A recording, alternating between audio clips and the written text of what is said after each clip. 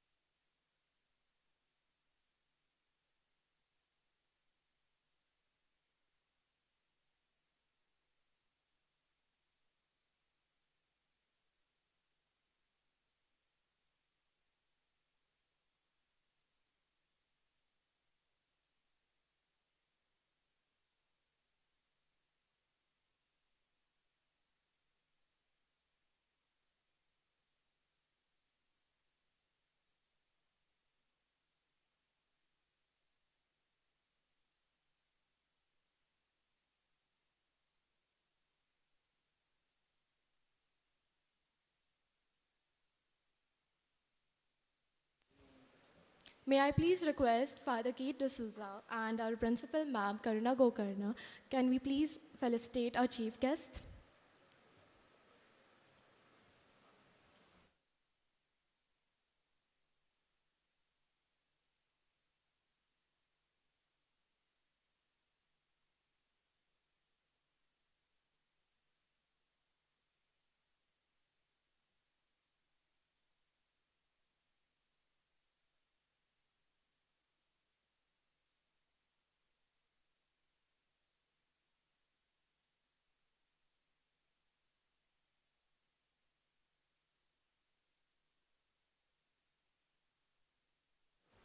With that, I would like Father Keith to address the gathering.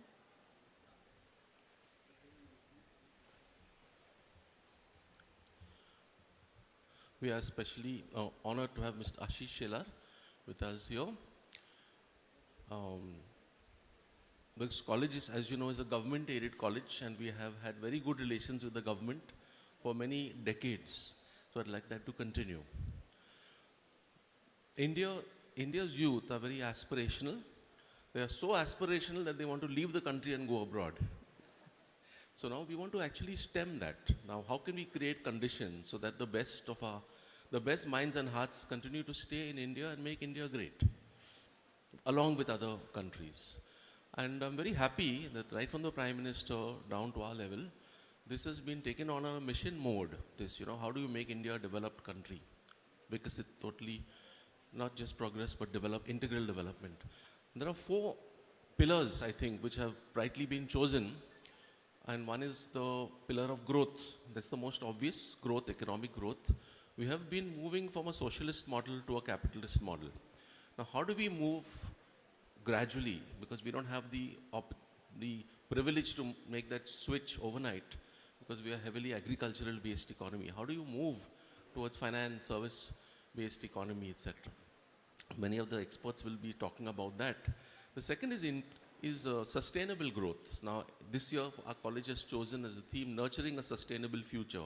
We've tried to cover our heritage roofs with as many solar panels as possible. We have way to go in terms of being a zero waste campus. But I think it's important, if you're talking about growth, that growth has also to be sustainable. Because often there is a conflict between development and environmental sustainability. How do you negotiate that? The third is inclusion.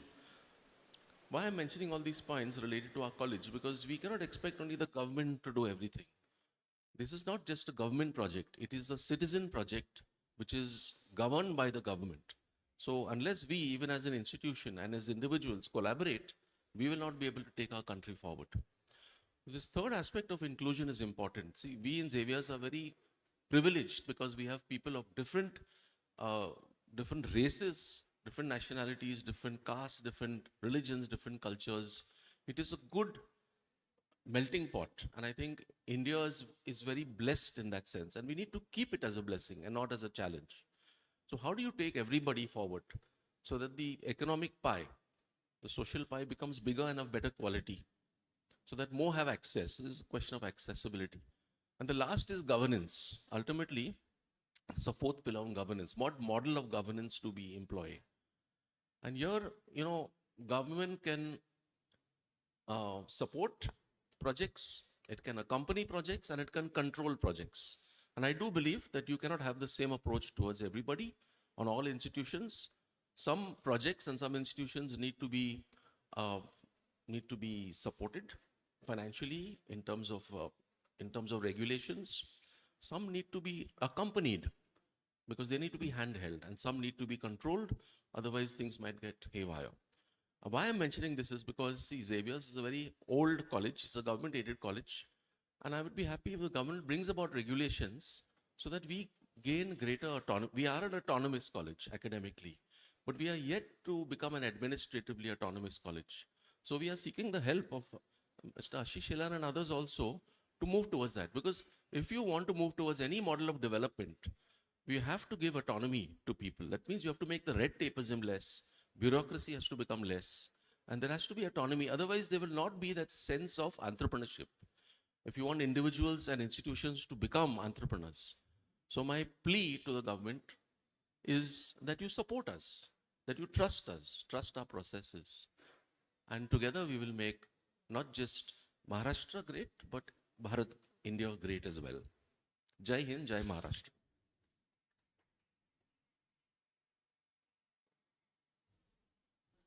Thank you so much, Father. You really have set the tone for the conference, and we really, really appreciate your guidance and leadership throughout this. Now, going ahead, I would like to invite our principal ma'am, Dr. Karuna Gokarna, to address this conference.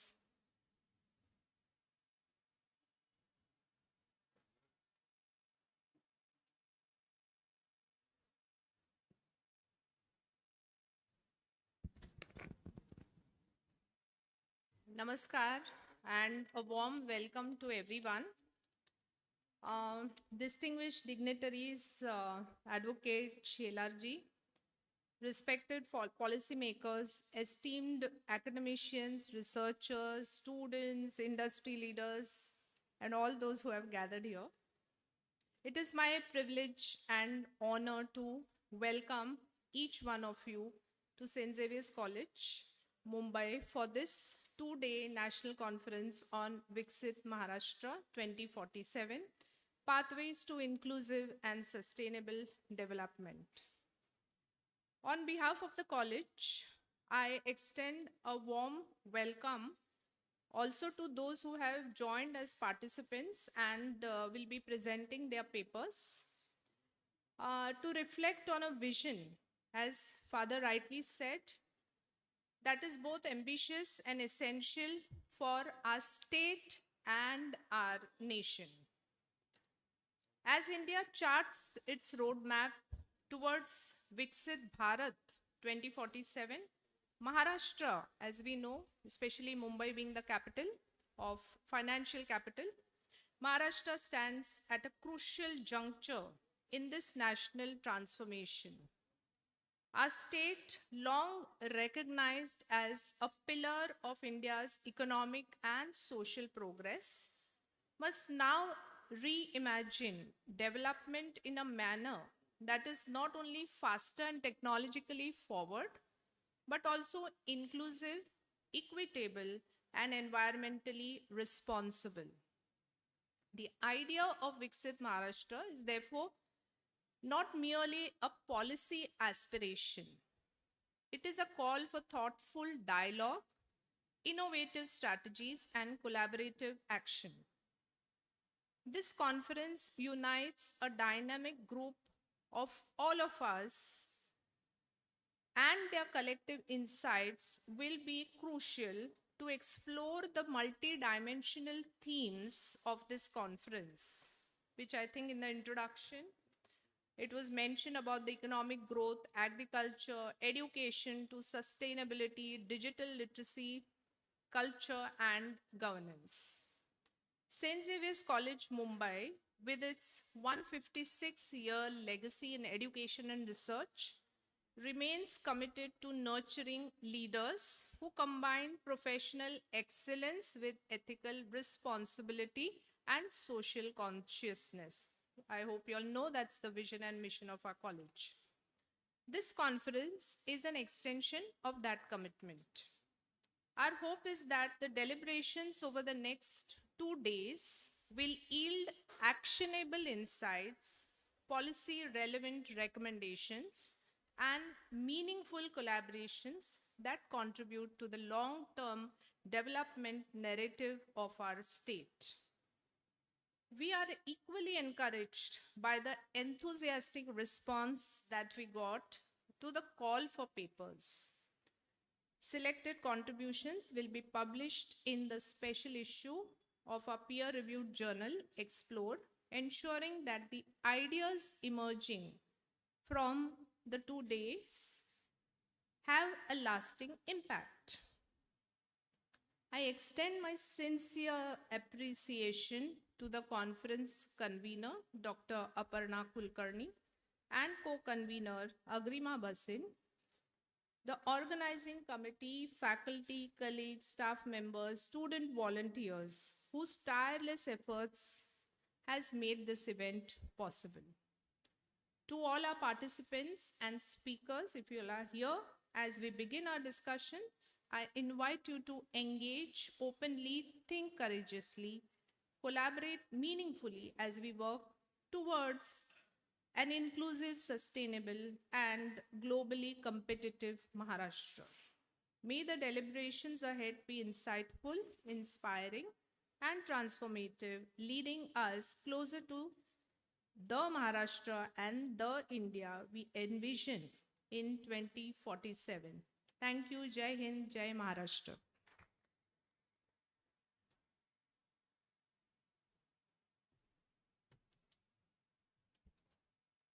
Thank you so much, ma'am, for your kind words. I would like to invite our esteemed convener of the conference, Dr. Aparna Kulkarni. She will be talking about the overview of the conference and enlighten us about its theme.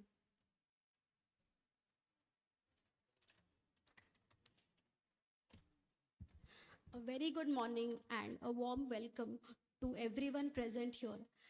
This is a kind of emotional moment for me because if I just look back at the journey that we started somewhere in month of July and we were trying to envision this conference, somewhere I imagined that this kind of crowded hall will be there and the esteemed speaker will be inaugurating the session.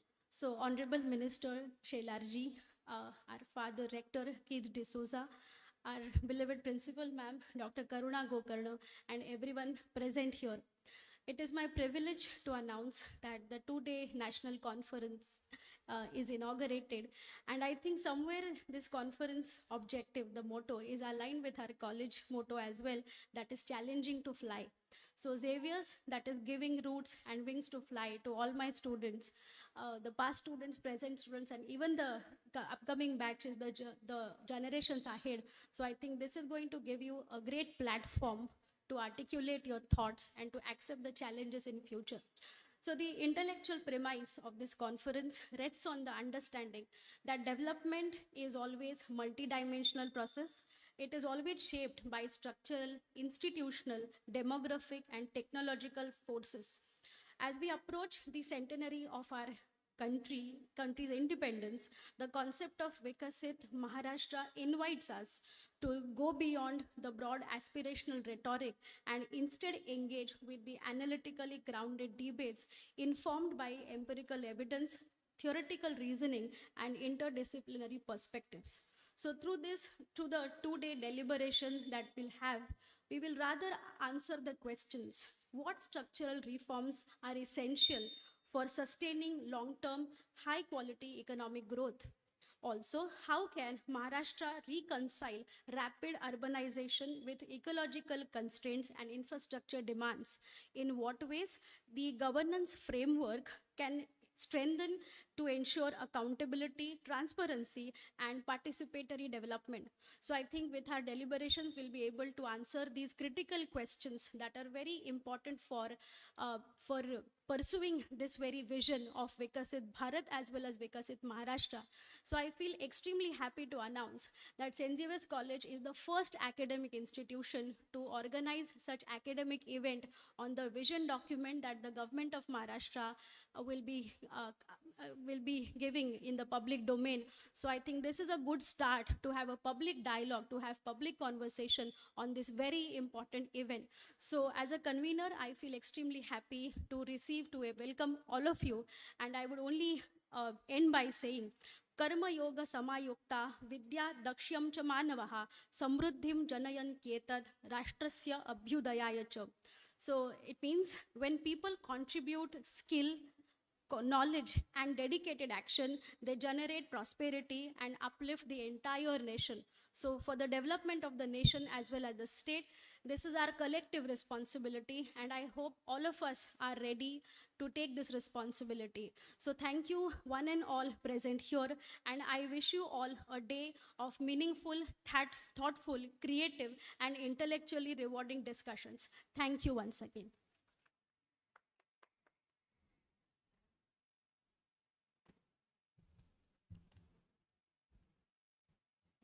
Thank you so much, Professor Aparna, for this insightful introduction to this event. In 2047, as India celebrates 100 years of independence, Maharashtra has the potential to stand as a model of inclusive progress.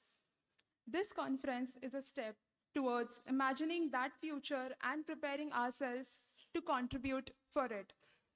And with that vision in mind, it is now time to hear from someone whose work and experience truly reflect these aspirations.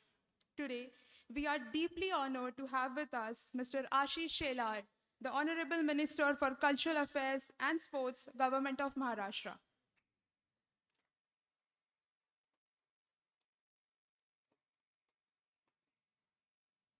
Mr. Shelar holds an LLB from G.J. Advani Law College under the University of Mumbai and began his professional journey as an advocate before stepping into public life. Over the years, he has emerged as a prominent and respected figure in Maharashtra's political landscape. A senior leader of Bharatiya Janata Party, he serves as the elected MLA for Bandra West constituency, a mandate he has earned repeatedly with strong public support. His leadership experience spans across civic and legislative spheres, including his significant tenure as president of BJP's Mumbai unit. Alongside his political responsibilities, Mr. Shelar has played a notable role in sports administration. His long-standing association with Mumbai Cricket Association as treasurer, vice president, and a key member of its managing council has positioned him at the heart of major administrative decision and shaping Mumbai's sporting ecosystem. As the Minister for Cultural Affairs and Sports, he oversees state's cultural institution, sports infrastructure, flagship programs, and policy implementation across sectors that directly influence Maharashtra's cultural and athletic development. His portfolio places him at the vital intersection of governance, administration, and institution building. Sir, we are truly honored to have you with us today. Ladies and gentlemen, please join me in extending a warm welcome to Honorable Minister Ashish Shelar.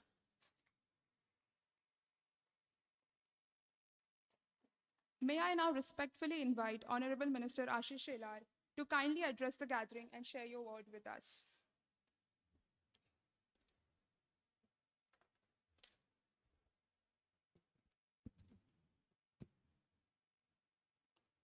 Good morning to everybody. Father Kid D'Souza, Father Swami, our principal Karuna Gokarna ji, Aparna Kulkarni ji, Agrina ma'am, and all the students, professor, all the participants from different universities, school, colleges, and all the educational ecosystem. Truly, I am feeling honored and sense of pride to be here in this iconic institution of ideas, integrity, and impact that is St. Xavier's College. For a specific reason, which I can spell out here, Father, very clearly, that always in my student days, I was to get attracted to this St. Xavier's College and very unfortunate not to get admission into this institute. And today you have invited me to be the guest to have an interaction with these young minds. And therefore I feel it's a sense of pride for me to be here in an institute who has not given me an admission but allowed me to have an interaction with the student. The second important thing I realized that when I am having a sense of pride, I am realizing and sensing the risk also. The risk I'm saying because when I see these young minds who are sitting here, I take myself to that age when I was a student like you. And when any other politician who used to come to our college or institute, categorically we as a student then used to realize and feel, look, this is a nice time to pull the leg of this politician who has come, to have a nice peaceful nap when he delivers the speech, and then to do a postmortem of that speech delivered by the relevant politician then.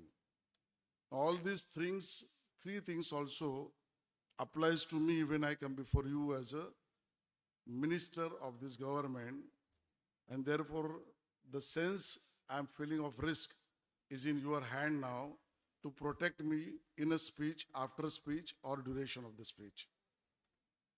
Third thing I realized that I need to update my website,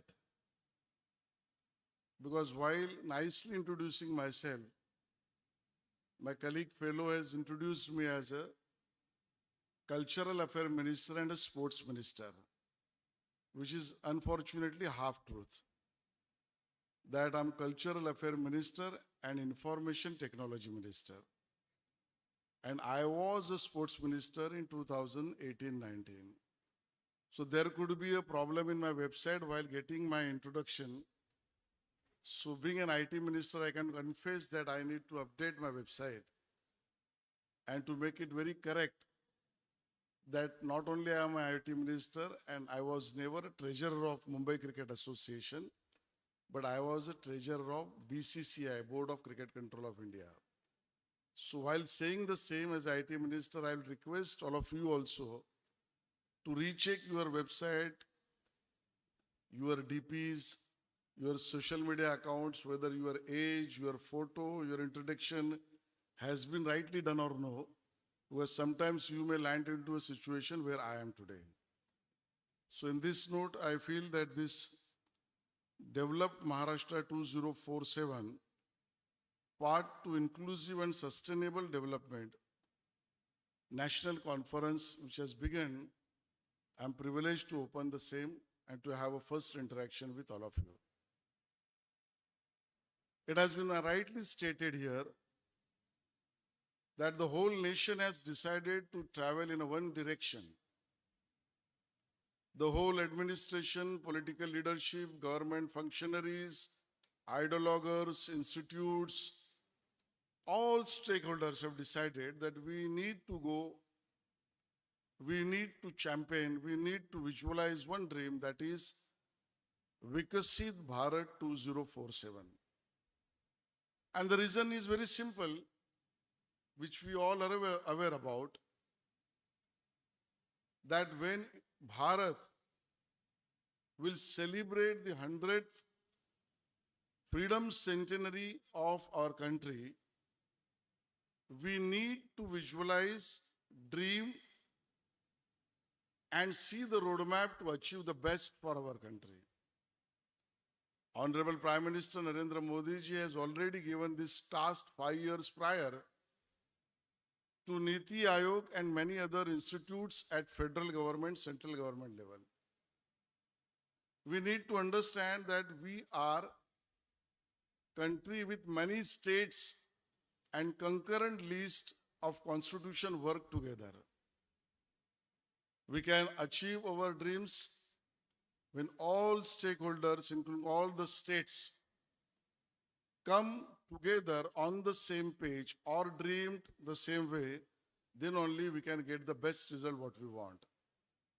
So Viksit Maharashtra 2047 is one of the vertical of Viksit Bharat 2047.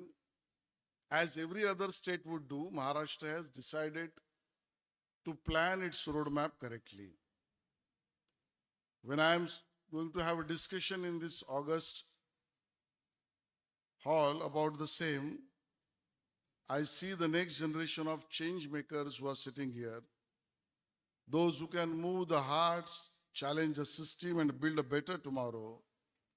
And what could be the best day than today, when we have seen a front page news all over the country that how our Gen Z has created the history for the world to know, that 2 years prior, Honorable Prime Minister announced that we are opening the space tech arena for private players. And yesterday, Honorable Prime Minister, after 2 years of research, innovation by a private institutes in Hyderabad, the Gen Z has created the miraculous and a proud work for the country that within 2 years we developed a private rocket by space route company called Vikram 1, and the world is looking at us, oh, this is the country where the space has been also opened for private people along with the government functionaries. And one more challenge has been thrown by the government to the Gen Z is that we are now going to open an atomic sector also for privatization. And therefore, I can say that the power of Gen Z for this country, this state, lies in the hands of those who are real change makers for coming days. I welcome all of you for this national conference for the reason that today we are not going to only listen, but we need to interact and also to be a part of this process where we need to achieve Viksit Maharashtra in holistic and inclusive way. Friends, I feel by 2047 is not just a centenary of India's freedom, it is moment for Maharashtra must stand tall not only as India's economic powerhouse, but as the living proof that society can grow rich without growing cruel. Society and state can modernize without losing its soul and can race towards the future while carrying every single citizens together. Will these three motives we as a state government throwing this idea, I'm not saying we decided. This is an idea, this is on paper, this is a process where we want young mind like you all to be the part of this process. And when I say the Maharashtra, I'm here to paint a picture so vivid that you can smell the wet earth of Vidarbha farm after the first sustainable drip irrigation harvest. Hear the laughter of school children in Marathwada village who are learning Marathi, that is AI in Marathi, and feel the proud of a woman in a Konkan self-help group as her handmade products sell out on a global e-commerce platform. Entire Maharashtra has planned its own way to reach the goal. We have done a sustained, inclusive campaign for the same. 150 days before presenting this paper of Viksit Maharashtra 2047, we had an exclusive discussion within the intra-departments of State Government of Maharashtra. We had a larger online survey and suggestions from the many citizens of the state. We engaged with many stakeholders. We had many debates, discussions, and dialogue with all kind of stakeholders. And then we have come to a Viksit Maharashtra 2047 vision document paper, which is built on three non-negotiable truths. Number one, growth that leaves millions behind is not growth, it is an extraction. Number two, a planet on fire cannot host prosperity. Climate change is not a 2050 PowerPoint slide. In 2024 alone, Maharashtra faced 142 extreme weather events, floods that swallowed villages, droughts that cracked the earth, heat waves that stole lives. That is a second truth. The third, speed without wisdom produces shiny ruins. Yes, we dare to dream a 3.5 trillion Maharashtra economy by 2047, with the Mumbai metropolitan region alone at 1.5 trillion. On these three truth bases, with an inclusive roadmap, we have planned this vision document for 2047. The roadmap unfolds in three powerful phases. 2024 to 2029, Gandhi 100. This is the first phase where laying unbreakable foundations, testing bold ideas, learning fast from failures. This is the way we wanted to progress for 2047. And I'm very happy that St. Xavier's and you all have decided to be the part for 2047 vision in the first phase itself, where Gandhi 100 is the theme line with which we have decided to go ahead. The second phase is 2029 to 2035, Maharashtra at 75. Scaling success to every tier 2 and tier 3 cities, making growth go viral beyond Golden Triangle. Our aim is very clear that when Maharashtra also reaches to 75 birth centenary, the tier 2, tier 3 cities needs to be focused and make them to be the part of this holistic growth. And the last and the third phase is 2035 to 2047. That is the plan of Bharat at 100, where harvesting a Maharashtra that leads the world to innovation, equity, and ecological wisdom. I genuinely feel this inclusive vision document, these three truths on which this entire vision plan is based, and these three phases with which it will get unfold can be achieved with inclusion. And I must say that somebody who has really mastered this task for shaping the future plan is no other than our Honorable Chief Minister, Devendra Fadnavis ji, who has his signature is written on every milestone in all the verticals department in the state. Now let me take you to the 7 pillars that is the pillars on which this entire Vision Maharashtra document is going to shape up and make the best for the Maharashtra. The pillar 1 is infrastructure and urban reimagination. We all must have testing the same. We already started the process, be it a coastal road. Now when I was coming from Bandra to St. Xavier's, had there not be a coastal road, I would have taken 45 minutes to reach here. But within 12 to 14 minutes, I could reach to the St. Xavier's because of the construction, implementation, and plying of the coastal roads.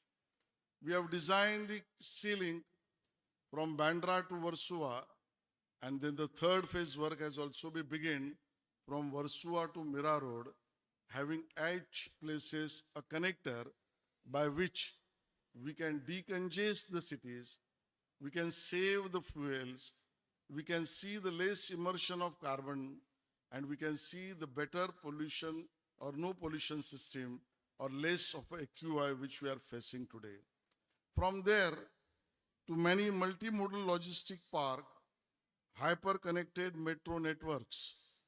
Those who must have seen the metros in Mumbai city, that going to the suburb, now a peaceful, enjoyable ride, and we have extended the same, be it a Pune, be it a Nagpur, be it a Sambhajinagar, and many other parts of the state where the urban transport is the focus by which we can create a better living standards for the common man. We want to have a village specifically which belongs to my department, where fiber optic cables, Bharat Net procedure number 3 has been introduced, where the connectivity to the entire village in a round circular technical way getting attached to the all tahsildars, all local police station and revenue officers, so we can get connected where some products of any part of the state can get a better market in anywhere in the world where this network fiber optics is getting connected. So this is the first pillar of infrastructure and reimagination, which is urban reimagination. We have also thought about digital infrastructure and data centers. I am fully aware that worldwide we have a discussion now. Wherever data centers has been established, obviously there is a challenge to have a scarcity of a water which gets utilized for the cooling of the same. So by utilizing the air quality monitoring system, can we create data centers where the water can also be saved and also the ecological systems can be set into a right tone? We decided to have hyper-speed fiber network.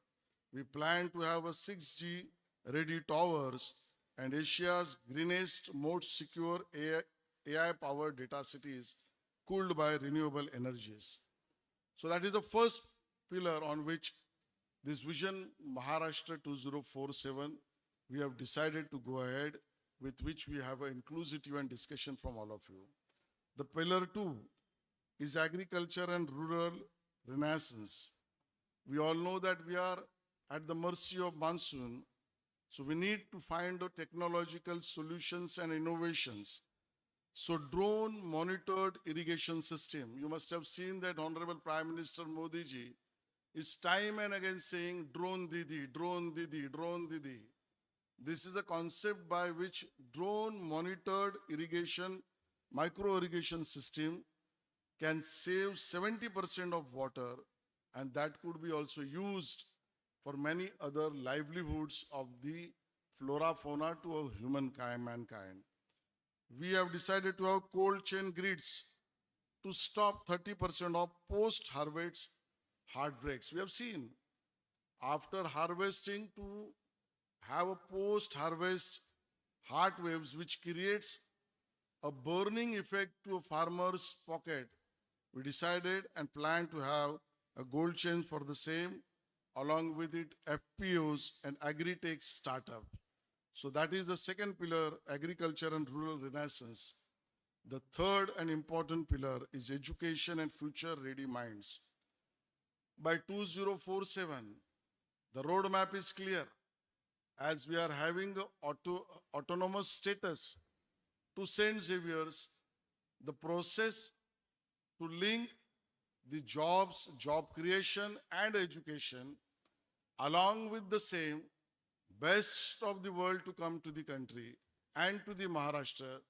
For example, we have decided to have Edu City as we cross the Atal Setu on the other side where new airport has come, where 7 new international universities, as you father have stated that migration of educational network makes our children and students to go abroad. The plan for the federal government and the state government to bring the best of the universities here in Maharashtra itself. We had many MOUs about the same, and we have planned to have innovation center in every district, and also science lab to every tahsildar, and the best of the universities, academia in the nation and globe to be the part of Maharashtra. The fourth and important pillar is health and human dignity.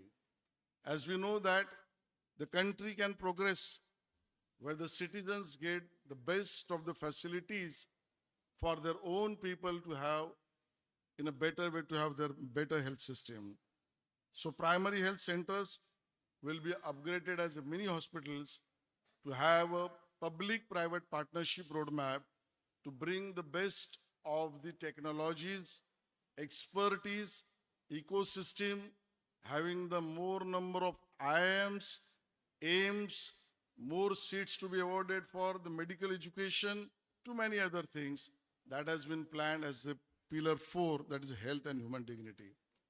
The pillar 5, which I feel which is very close to this generation and me, that is environmental regeneration and climate leadership.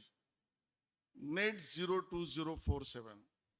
We need to upskill, upgrade our all industries, our all job creation systems, our all transport systems at net zero 2047, where the power sectors, the industry sector, and many other, including agri sectors, we have planned to have a climate change as one of the core issue on which the roadmap for the progress has been designed. And we all know Tadoba will be the Asia's most celebrated tiger corridor, and the Western Ghat will be the breath freely again.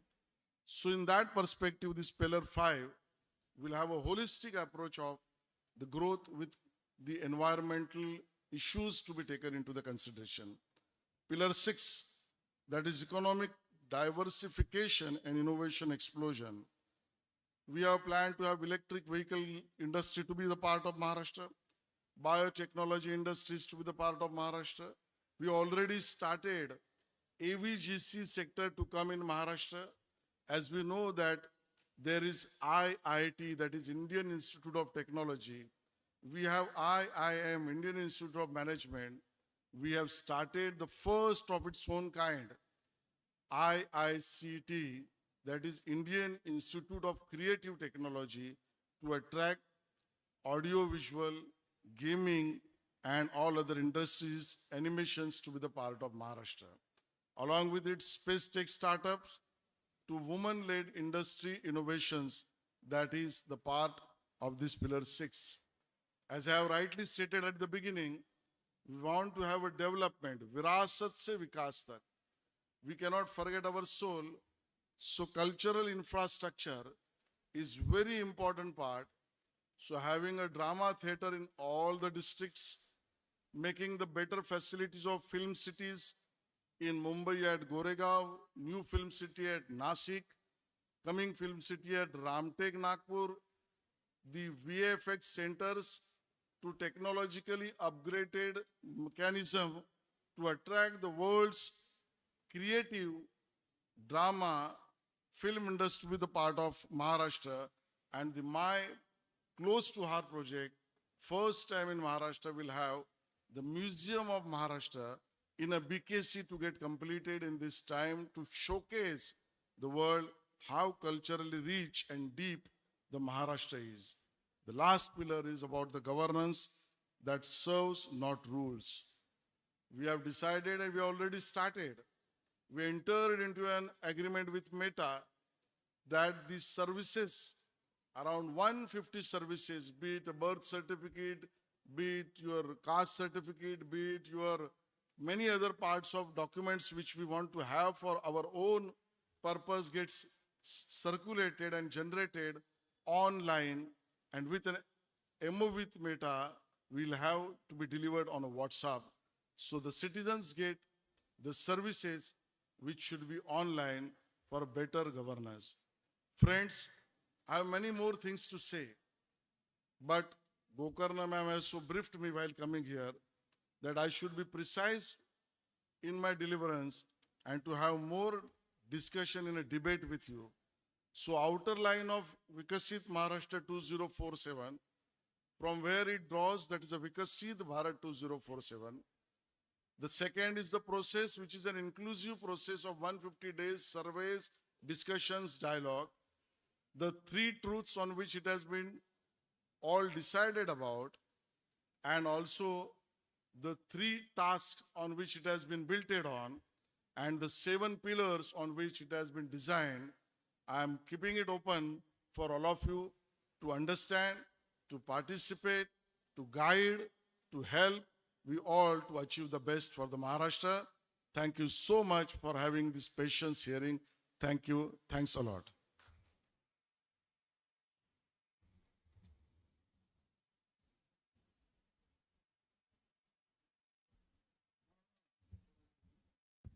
Thank you so much, sir. The way you started with digital footprint, creating a digital footprint for all of us, empowering the youth. Today's youth makes tomorrow's future. Your work with the 7 pillars that you mentioned in the end, all your efforts truly capture the essence and the theme of this conference. Viksit Maharashtra 2047. So on behalf of the St. Xavier's College, I would like to express this heartfelt gratitude for gracing this conference with your esteemed presence. We hope to have more such interactions and discussions with you. Just coming to an end, would anybody like to ask a few questions?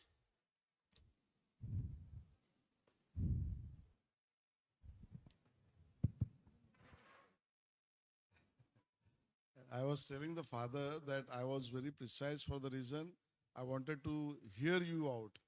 I wanted to know the questions which comes from you, and you are open to ask a question, even political also. I'll be happy to interact with the same. Yeah. When I say political, there are 2, 3 hands come up.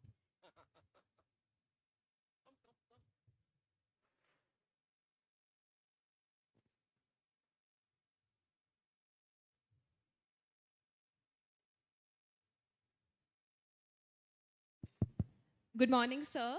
I'm a second year MA Economics student of St. Xavier's. I'm a sports person as well. I play football. And after hearing your introduction and hearing you speak that you have been associated with cricket, BCCI, Mumbai, Maharashtra, it's home to cricket and football. So how can we bring sustainability in the sports sector? As in, the amount of carbon emissions that are created, the waste generated post games that happen. So what initiatives or, what can we do from the government side to, minimize it or bring in more sustainable ways to carry it forward? I think this is a very important question, and I'm so happy that you are so careful while I was delivering my speech that what I missed, you catched it properly.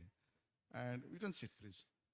The sports sector is one of the sector where the state government of Maharashtra, we have decided very holistically, A, allowing private sports education systems to grow, one. Number two, we as a state government decided to have a sports university in all the regions. I'm not saying districts, all the regions. Three, to have the Fit India movement, whatever funds which comes from the central government, the Khelo India movement funds which comes from the central government, making the CSR compulsory every year in Maharashtra to get contribution for the creating the ecosystem for the same, sustainability of the same, and the creating more avenues for the sports, not only on the word cricket. Yes, cricket is the most important sports for the India, Maharashtra, Mumbai, but many other sports, including e-sports. We are coming with the sports policy where e-sports, and I am inviting St. Xavier students and all the students in coming February, the first World Championship of esports is also going to be hosted in Mumbai itself. So creating an infrastructure, having a platform to have more sports events, creating an ecosystem where the private players can also play, making it sustainable for the industries to donate for their own CSR way to have this facility. And by all this way, we have designed a roadmap. We are open for more suggestions. Thank you. Good morning, Ashish sir. My name is Shaurya Sawant and I am a BMM student here. I heard in your speech very distinctly that you mentioned Mr. Modi's admission about atomic energy and how we are opening it up to private corporations. My question to you is that this was discussed in the winter session of the parliament and Mr. Modi made the announcement yesterday. However, there have been concerns about the autonomy of it because there is a 51% split, which gives the government autonomy about decisions, but gives corporations the autonomy about investment. However, there are major concerns about the AERB's autonomy. And don't you think that corporate interests could deal with the regulatory bodies, permissions, and all of that? See, it's a very vast issue. And though I am not an expert to react the same. Third, it is going to get debated in the parliament, as you rightly stated, in a coming winter session. My conceptual answer to it, what my thinking is that when you are opening the sectors which are so close for years together, generations together, nobody even thought about opening up the space sectors for the private players. It was always an ISRO and many other DRDO and many other institutes which are a pride for this country. But the young mind, the innovative minds, the tomorrow's Bharat want to play their role in all sectors, be it a government, semi-government, private, or what others. So I think these regulations, which is you and me feeling today, is controlled by the government. There are some defense issues, there are some security issues, there are some other issues by which we don't wanted to see a compromised national interest. So could be a mechanism where the privatization can be allowed. At the same time, it can be monitored by the government. So corporates can come up and government, in the interest of the larger nation and the citizens, controlling also the same, this kind of mechanism can be developed. Thank you for your answer, sir. I have one more question. Considering your capacity as the information technology minister, as you rightly stated, and the advent of AI that has come forth with a lot of deep fakes and fake message through AI messaging, what are the regulations that you plan to put in place so there can be no misuse of the technology? I think this is a very relevant question for all of you who are present here and those who are also not present here. The AI, the technologies with which we are living today and the social media platforms which we are enjoying today, that is a future, that is a today that we can't run away from the same. So as a state, as a nation, we are open for all these things, but at the same time, the ethical use of the same is one of the concern for whole of the world.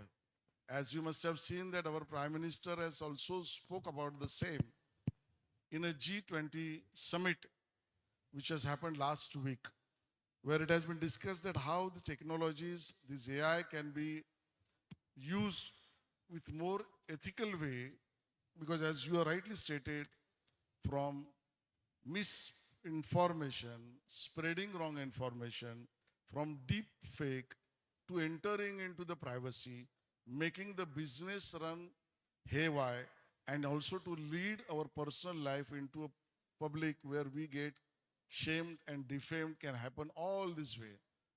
So there is an act which has been passed by the federal government, central government, that is DPDP, where the privacy is also getting protected and the wrongdoers can also get prosecuted.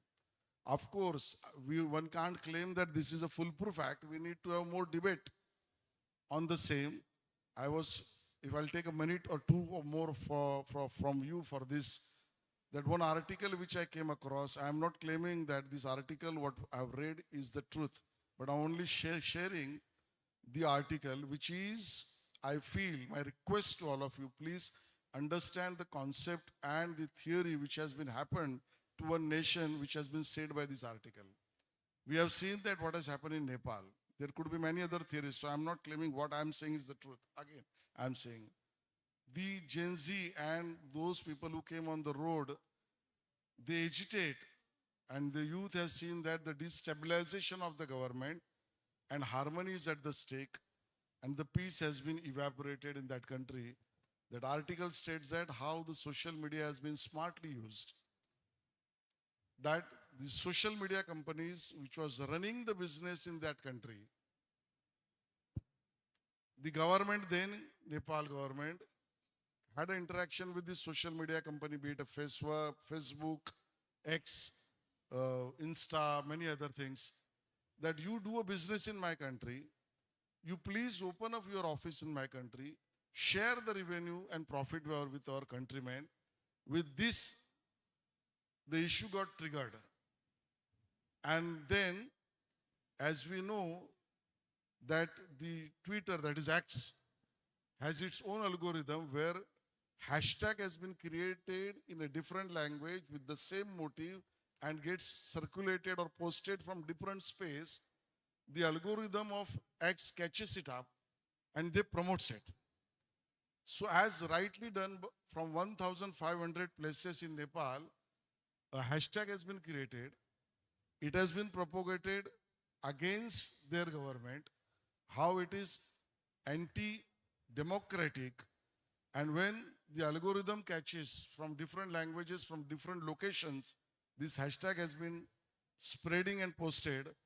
The X made his speed double, triple, and promoted it. So many more who was not realizing the sense feel that there is some issue. Same time, as we know the TikTok, where you see any reel which goes more than a 6 second, the algorithm catches it and sees that this video is important. And they promotes heavily on a TikTok. So smartly these people who want to see a disturbance in that country, they created a video smartly done where camera has been broken, young man has been killed, and the people has been on the road, everybody is dying. There is a hue and cry. And that video, they smartly from 1,500 location, seen that it should be seen more than 6 seconds. Automatically algorithm catches it up. TikTok spreads it up. So those who did not realize something as that happened, because that was not truth, even that youth feel, array, there is some more disturbance in this country, they started spreading it. And the third, Facebook, as we know, normally a normal person do only a like. But the algorithm of Facebook says that when there is an emoji of angry face, you put, the Facebook feels that is something very important and they promote it. So the Nepal government's decision, they spread it on the Facebook with an angry face emoji. That has also catched up. That has been promoted. Facebook promoted, X promoted, TikTok seen the video, and the hue and cry, which was could be the base or could not be the base. The people came on the road and the Nepal government into the shamble. So not only deepfake, but this unhealthy or unholy usage of social media and these platforms can create a difficulty for the countries to come also.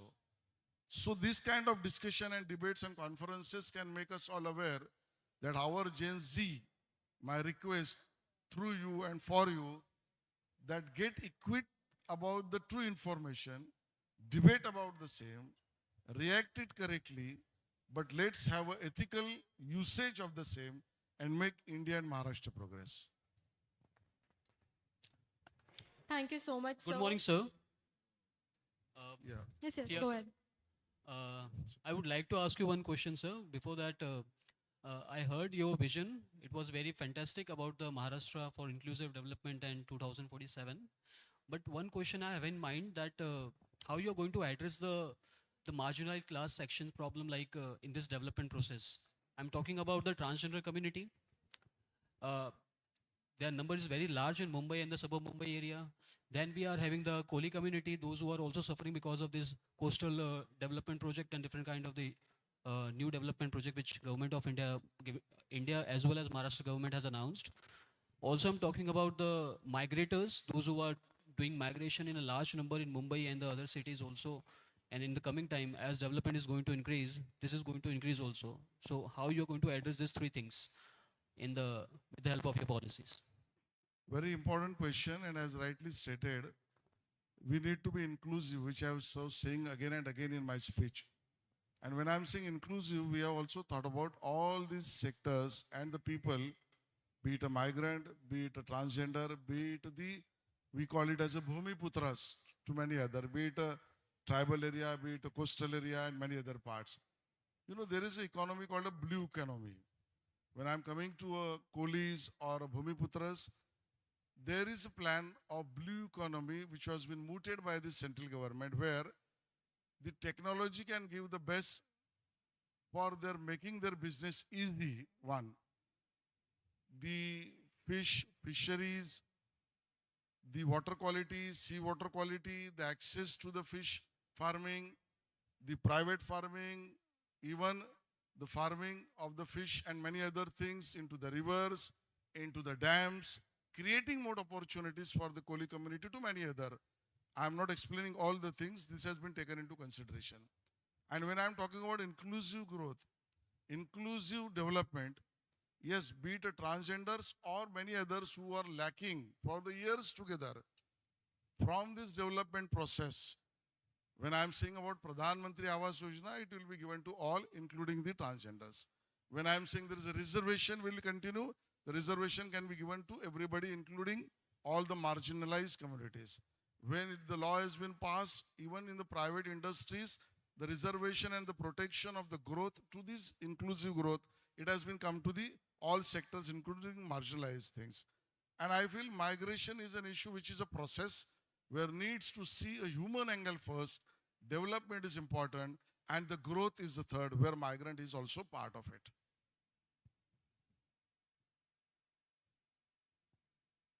I'm sorry, she's standing. Yeah. Hello, sir. It's really nice that you use coastal road and Worli sailing to travel from Bandra to the college. Most students, if not all, use train to travel from Bandra to here. And therein we encounter the Meethi River, which is highly polluted and it smells a lot. So I wanted to ask, how is the government planning to clean and when is it planning to clean all the rivers? And how does it fit in the larger vision of Viksit Maharashtra 2047? Very important question again. And today's newspaper also carried it, maybe Times of India, which they have specifically created it as a controversy, but it's okay. That's a part and the liberty to the newspaper. The 1,700 crore rupees has been specifically given to a contractor by the BMC for rejuvenation cleaning of the Meethi River. This is the first time going to happen. And by 2047, we can have a boating into the Mithi River also. That is a dream and that is a plan, number one. Remaking rejuvenation of the Dahisar River. That is the second. I'm talking about only Mumbai. There could be many others in Ullas River and many other rivers. So this is the plan where the river rejuvenation, clean, making it pollution free, allow it to use for irrigation, can we make a way for transportation. These are the ways by which we have decided to have a rejuvenation of the rivers. And obviously, the suburban railway, you must have seen day before yesterday, the railway minister, Vaishnavji, has announced that there is a new fourth lane would come from Badlapur to Karjat. So adding more lanes, having rail over road projects, creating a more facilities on suburban railways, you must have seen. Some years prior, there was no lift, there was no escalator. Now we have developed that. There was no access to the disabled friends. Now this system has been developed. So that is also part of the process of development, Maharashtrian development of Viksit Bharat. I think last one. We will take one last question. I think she has the mic already. She and then this two more, yeah. Greetings, sir. I'm Paridhi and I'm a third year bachelor student. I have a question. Essentially, you mentioned about the MOU with Meta AI. It aims at creating regulated chat box with access to government services. A, wouldn't that be giving too much data to a multinational corporation? And B, how can we ensure that the data is safe and it stays with them only? Very, very, very important issue, and indigenous solution for the same is the need of the hour. As we say and we know that data is oil, data is gold, data is a fuel. Tomorrow's economy will roll around data, as you have rightly stated, and therefore the world will come to India. I am so happy that you all are into the age. I was asking Mrs. Gokarna that what could be the average age who are sitting here? It could be 20 to 22. So when you will be in your 40s and 45, when you are going to lead and you are being a torchbearer of this change maker, you will see how Bharat and Maharashtra is progressing on only one thing, that is a data. Because that is a gold. Whole world would not get such a versatile data which we have, because every person thinks differently, age differently, youth, demography is with us, the entire world's product is with us, and therefore the sensitivity, protection of the data, and therefore DPDP Act is there. Where anybody would come into MOU, that filter would be there. We have thrown the challenge, which is the AI 7 pillars of the central government, where we can develop the mechanism of indigenous protection of data and data centers, where we can have the same. And as far as me and my department is concerned, we have already done a unified data concept, that is a golden data, where within 3 years, you all, including me, will get a card of our own, digital card, where our own data will be with you, and unless you decide, it cannot be shared with anybody. We'll see that those days will go away when today we go on an app and we just sign it and we give our own data to them freely. That will be controlled with an enactment, and that is the progress way which we want to go ahead. Thank you. Sir, you talked about the 7 pillars for Viksit Maharashtra. 2 of them were agriculture and rural renaissance and environmental regeneration. So in the era of climate change, there is a lot of pressure on farmers due to weather volatility, heat events, extreme weather. At the same time, Marathwada and other areas of Maharashtra also face a lot of farmer suicides. So these 2 factors combine to create a big crisis. So how is the government of Maharashtra trying to address farmer suicides and the environmental aspects which are exacerbating the problem? We have seen this climate change, and mercy on monsoon is growing, and the reason is obviously the climate issue, ecological issues, and therefore to have a system where region-wise and including the tahsil-wise, a minute observation working of all the systemic change of the monsoon and creating an infrastructure to address the same, on which then, as I said, Drone Didi project, saving the water, having AI solutions for the agriculture, making a startup in agriculture, making FPOs where coming together wood of the farmers is an answer to the corporate farmings, and addressing to give an economical boost be it a Pradhan Mantri Samman Nidhi, be it a state government's contribution to the farmers, giving a loan waiving and loan-free systems. This could be an inclusive way where we can address the issue. Thank you. Thank you so much, sir. We were delighted to have you today. A heartfelt gratitude on behalf of St. Xavier's College. We look forward to more such sessions and interactions with you. Thank you, sir.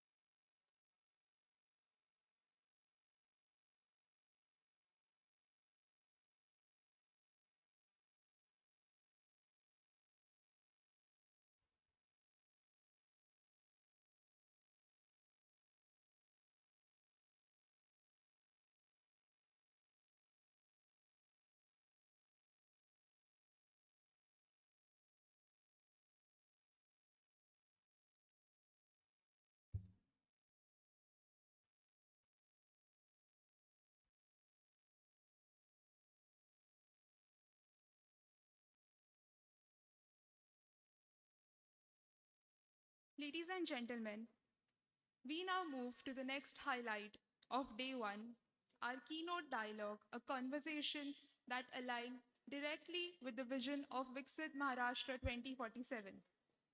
This session brings together two distinguished voices, Shri Milind Devra, MP Rajya Sabha and former Union Minister, in conversation with Professor Kishu Daswani, Professor of Law at Government Law College.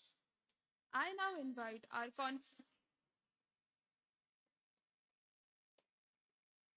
Thank you. I now invite our conference co-convener, Professor Agrima Basin, who is Assistant Professor at and Course Coordinator of MA Public Policy program at St. Xavier's College, to formally introduce today's keynote dialogue.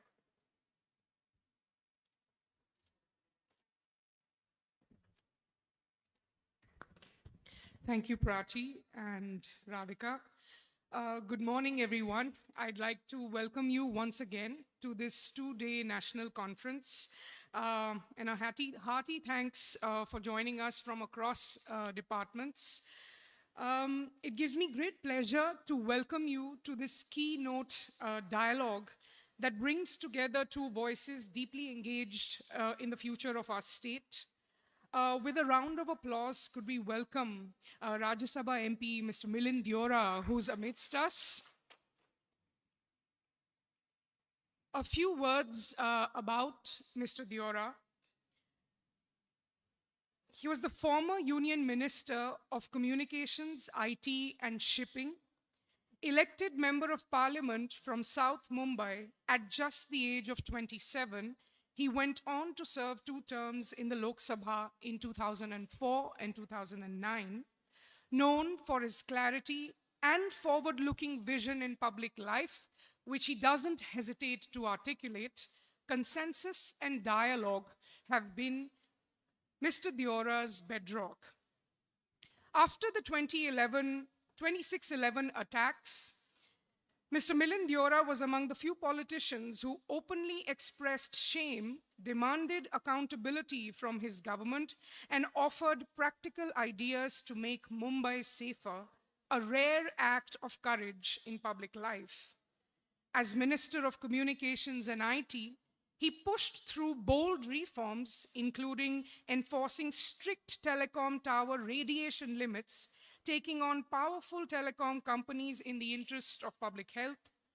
As Minister of Ports, he introduced the lighthouse tourism policy, opening India's historic lighthouses to the public. He carries forward the bridge building legacy of his late father, Mr. Murli Deora, who was respected across parties and ideologies. Mr. Deora, too, has remained measured, dignified, and constructive in an increasingly polarized political atmosphere. As chair of the Parliamentary Committee on Subordinate Legislation, he has recently pushed for stronger food safety norms and exposed misleading food labels. He is also one of the few leaders consistently raising awareness about Mumbai's declining air quality and not just Delhi's. As we gather for the Viksit Maharashtra conclave, we look forward to hearing from a leader who has witnessed, has shaped Maharashtra's politics, economy, and public policies over many decades. Mr. Milind Deora, we are honored to have you and thank you for sparing the time to be with us. Moderating today's dialogue is Professor Kishu Daswani, an eminent legal academic, respected advocate, and one of Mumbai's most well-regarded teachers of law and public policy. For over 3 decades, he has taught at Government Law College, shaping generations of lawyers, advocates, and public thinkers. His teaching and training engagements extend well beyond India, including the Rotary Peace Conflict Resolution Center in Bangkok, the University of Navarra in Spain, and the Public Policy Human Rights Programs at St. Xavier's College, Mumbai. Professor Daswani is also an accredited mediator with the Bombay High Court, has served on international arbitration panels, and has conducted numerous workshops on peace, conflict, and humanitarian law. Sir, we are honored to have you today, and thank you for taking the time. Together, Mr. Milind Deora and Professor Kishu Daswani are going to delve into some of the most critical questions of our time. How do we reimagine local governance and empower our institutions? What explains the newfound momentum behind Maharashtra's major infrastructure projects? How can we balance rapid economic growth with sustainable development? This is not just a conversation about policy, but a dialogue about vision, leadership, and choices we must make in the years ahead. Once again, I'd like you to join me in welcoming Mr. Milind Deora and Professor Kishu Daswani for this keynote dialogue. Mr. Deora, please take your seat, Professor Daswani. Thank you.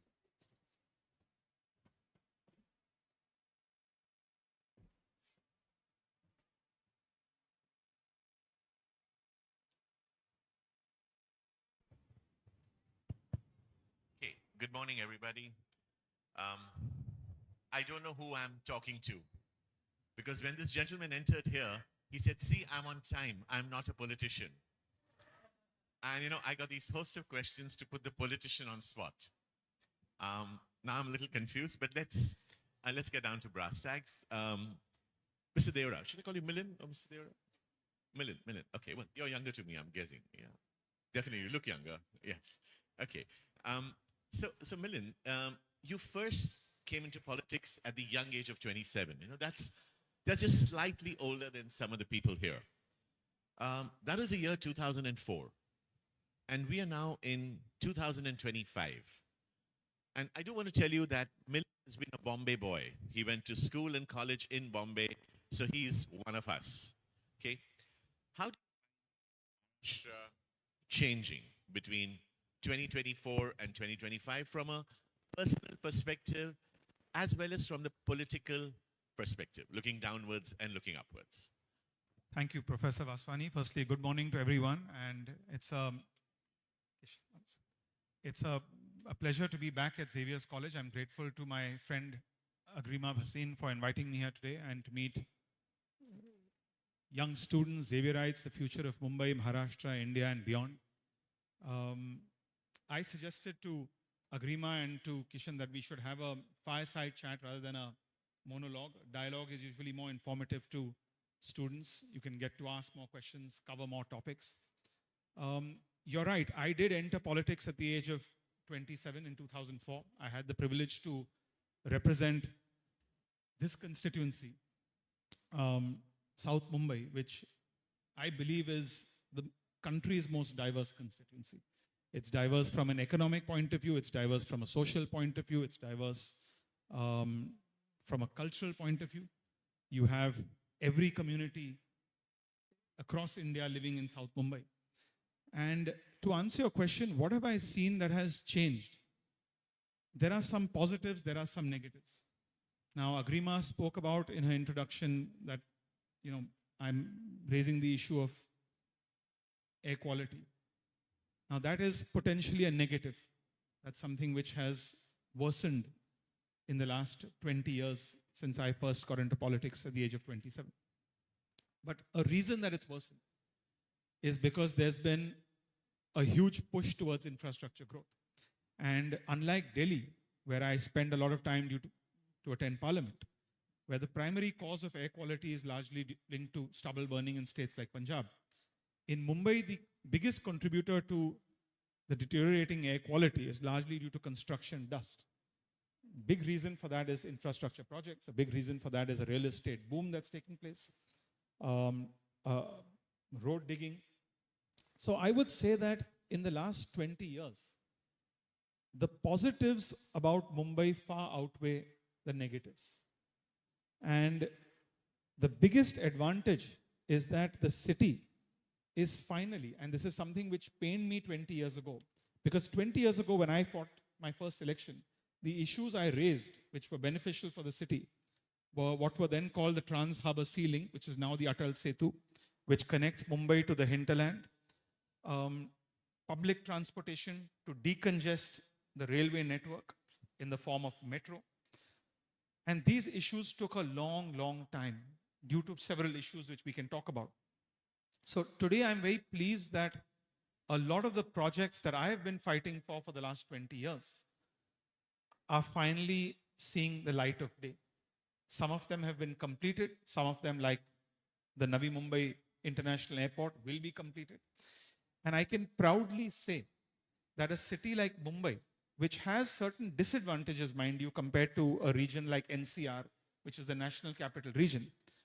The biggest disadvantage being that in the NCR, the National Capital Region is really a convergence of 4 state governments. So 4 states are competing for the NCR region. If Gurgaon wants to attract businesses, the Haryana government provides incentives. But then that can be upped by the UP government for Noida. Mumbai, there's competition. Mumbai doesn't have that competition. We are part of one state. And despite all these things, we have done exceedingly well. And for the first time, I can say that Mumbai is on its way to becoming not just the best city in India, but one of the best cities in this region. And I've always believed that our competition is not Ahmedabad, it's not New Delhi, it's not Bengaluru, it's not Chennai, it's not Kolkata, but we have to aspire to compete with cities like Dubai in the west and Singapore in the east. So the infrastructure is a critical element of that. Culture is a critical element of that. And for the first time, I'm very, very optimistic about Mumbai's future. Okay, great. So, I mean, we are looking at Mumbai, though there's a contrarian view that the redevelopment is taking place too fast. The city will probably not be sustainable in many ways. And I think that is something which Viksit Maharashtra has to look at to address the social wellness and happiness quotient of the people in Mumbai as well. Now, you did mention Delhi, and Delhi has got, a good bit of help from the governments out there. Now, let us look at Maharashtra itself. And what changes do you see within Maharashtra? So there are challenges in Maharashtra. There are challenges in Maharashtra, and I'm gonna, this being an academic forum, I think we can speak openly about the challenges. The challenges are the droughts that happen. In fact, the Honorable Minister before also spoke that many challenges did come. There is a case of farmer suicides that we have to look at.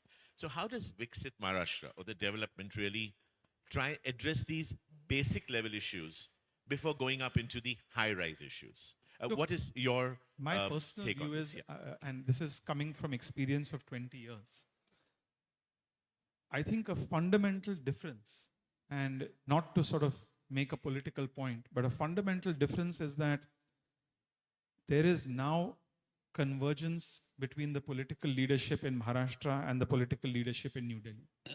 I'll give you an example.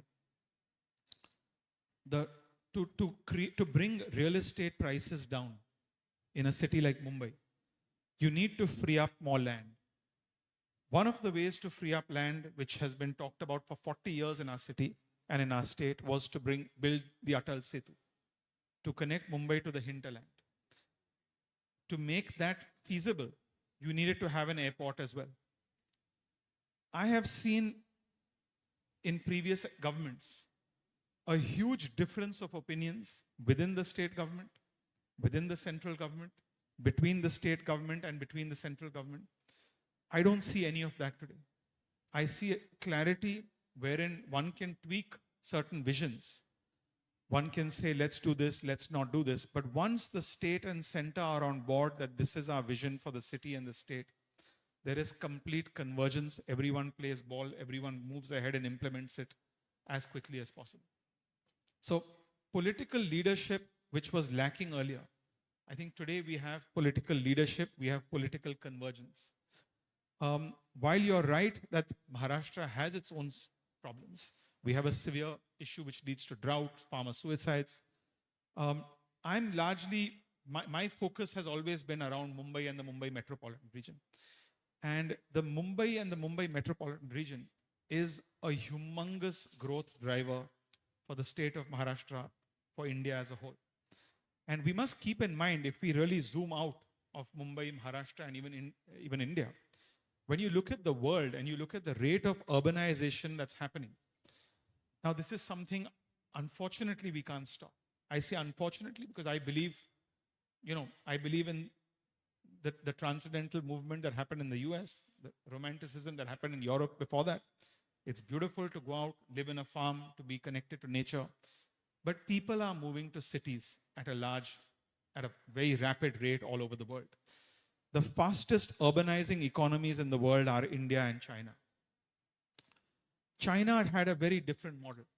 China went out and ensured that infrastructure preceded urbanization. So what they did is they went to rural areas because it's an authoritarian regime. The government went out, forced people out of their villages, bought land, built towers.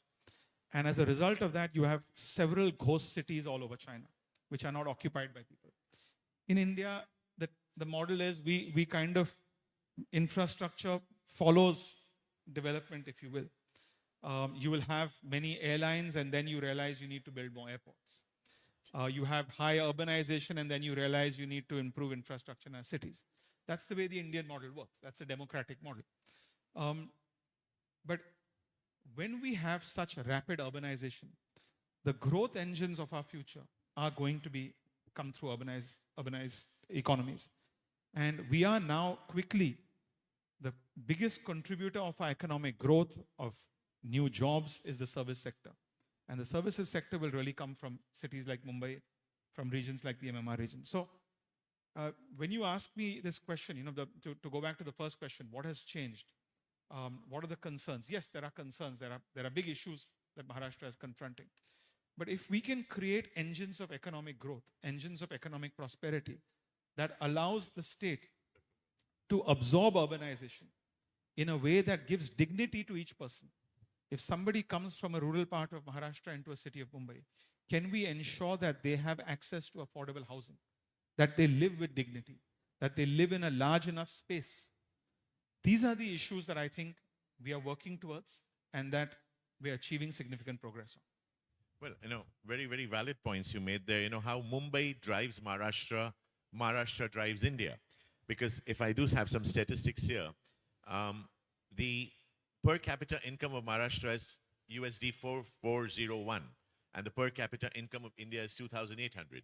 We are the fastest growing economy. We are the largest economy as a state in India. So Mumbai would drive Maharashtra. So if there's a Viksit Bharat, it would naturally include a Viksit Maharashtra. That would be one of the key criteria. And you also spoke about job creation.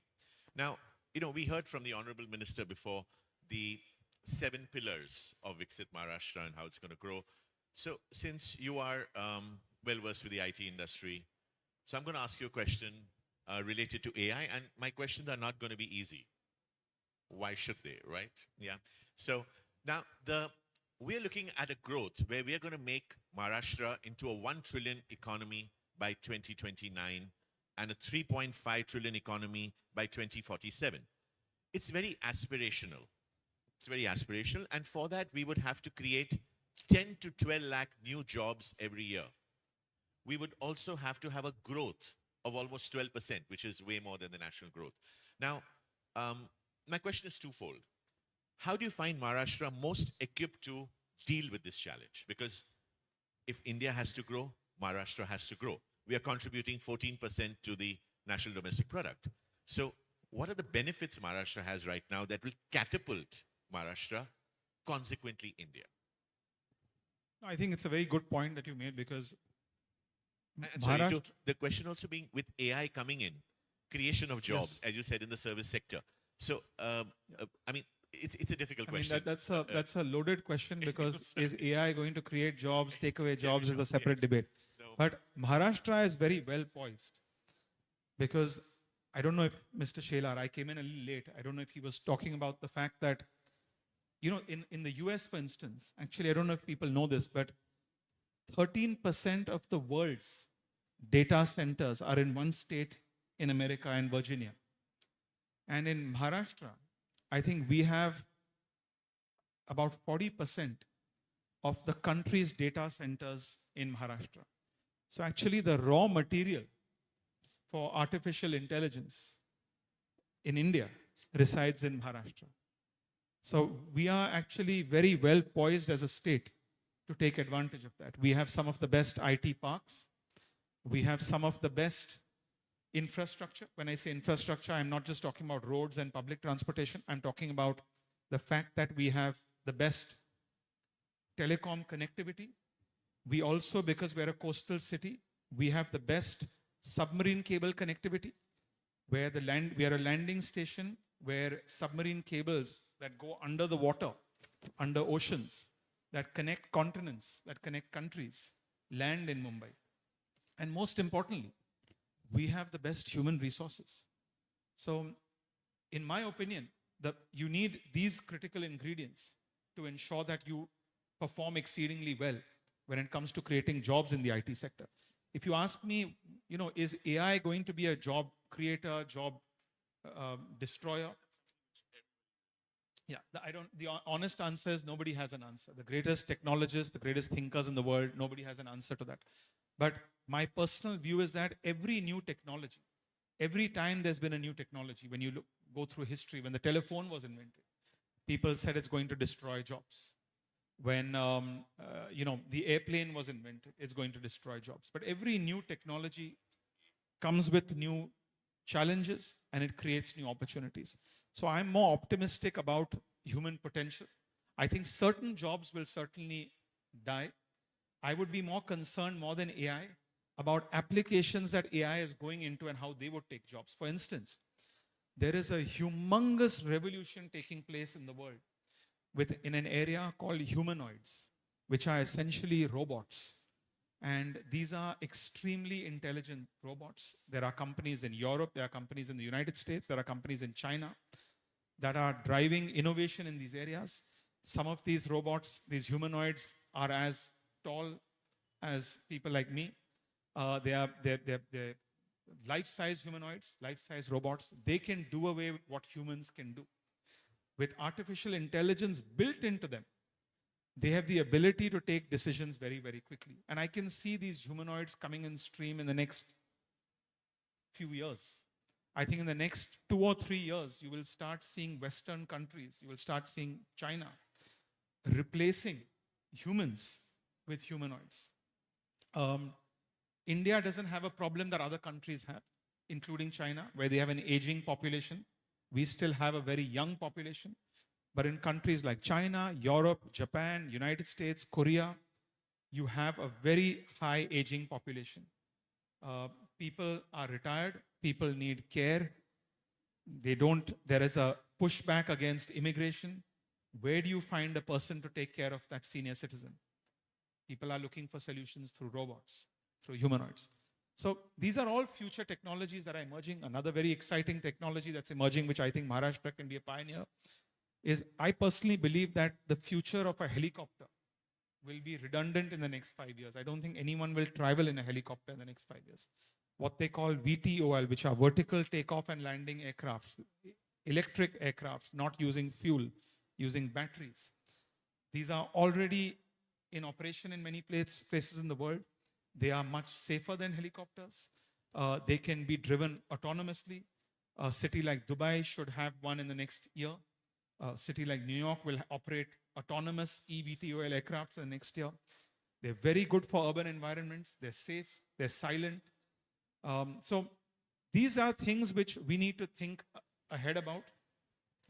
When I think of, as I said, if the vision for Maharashtra and for the MMR region is that our competition is not just other cities and other states in India, but our competition is really the UAE, the Middle East, which is innovating at a rapid pace in the West, places like Singapore in the East, then we can aspire to bring in the best technologies and be able to compete in terms of creating jobs.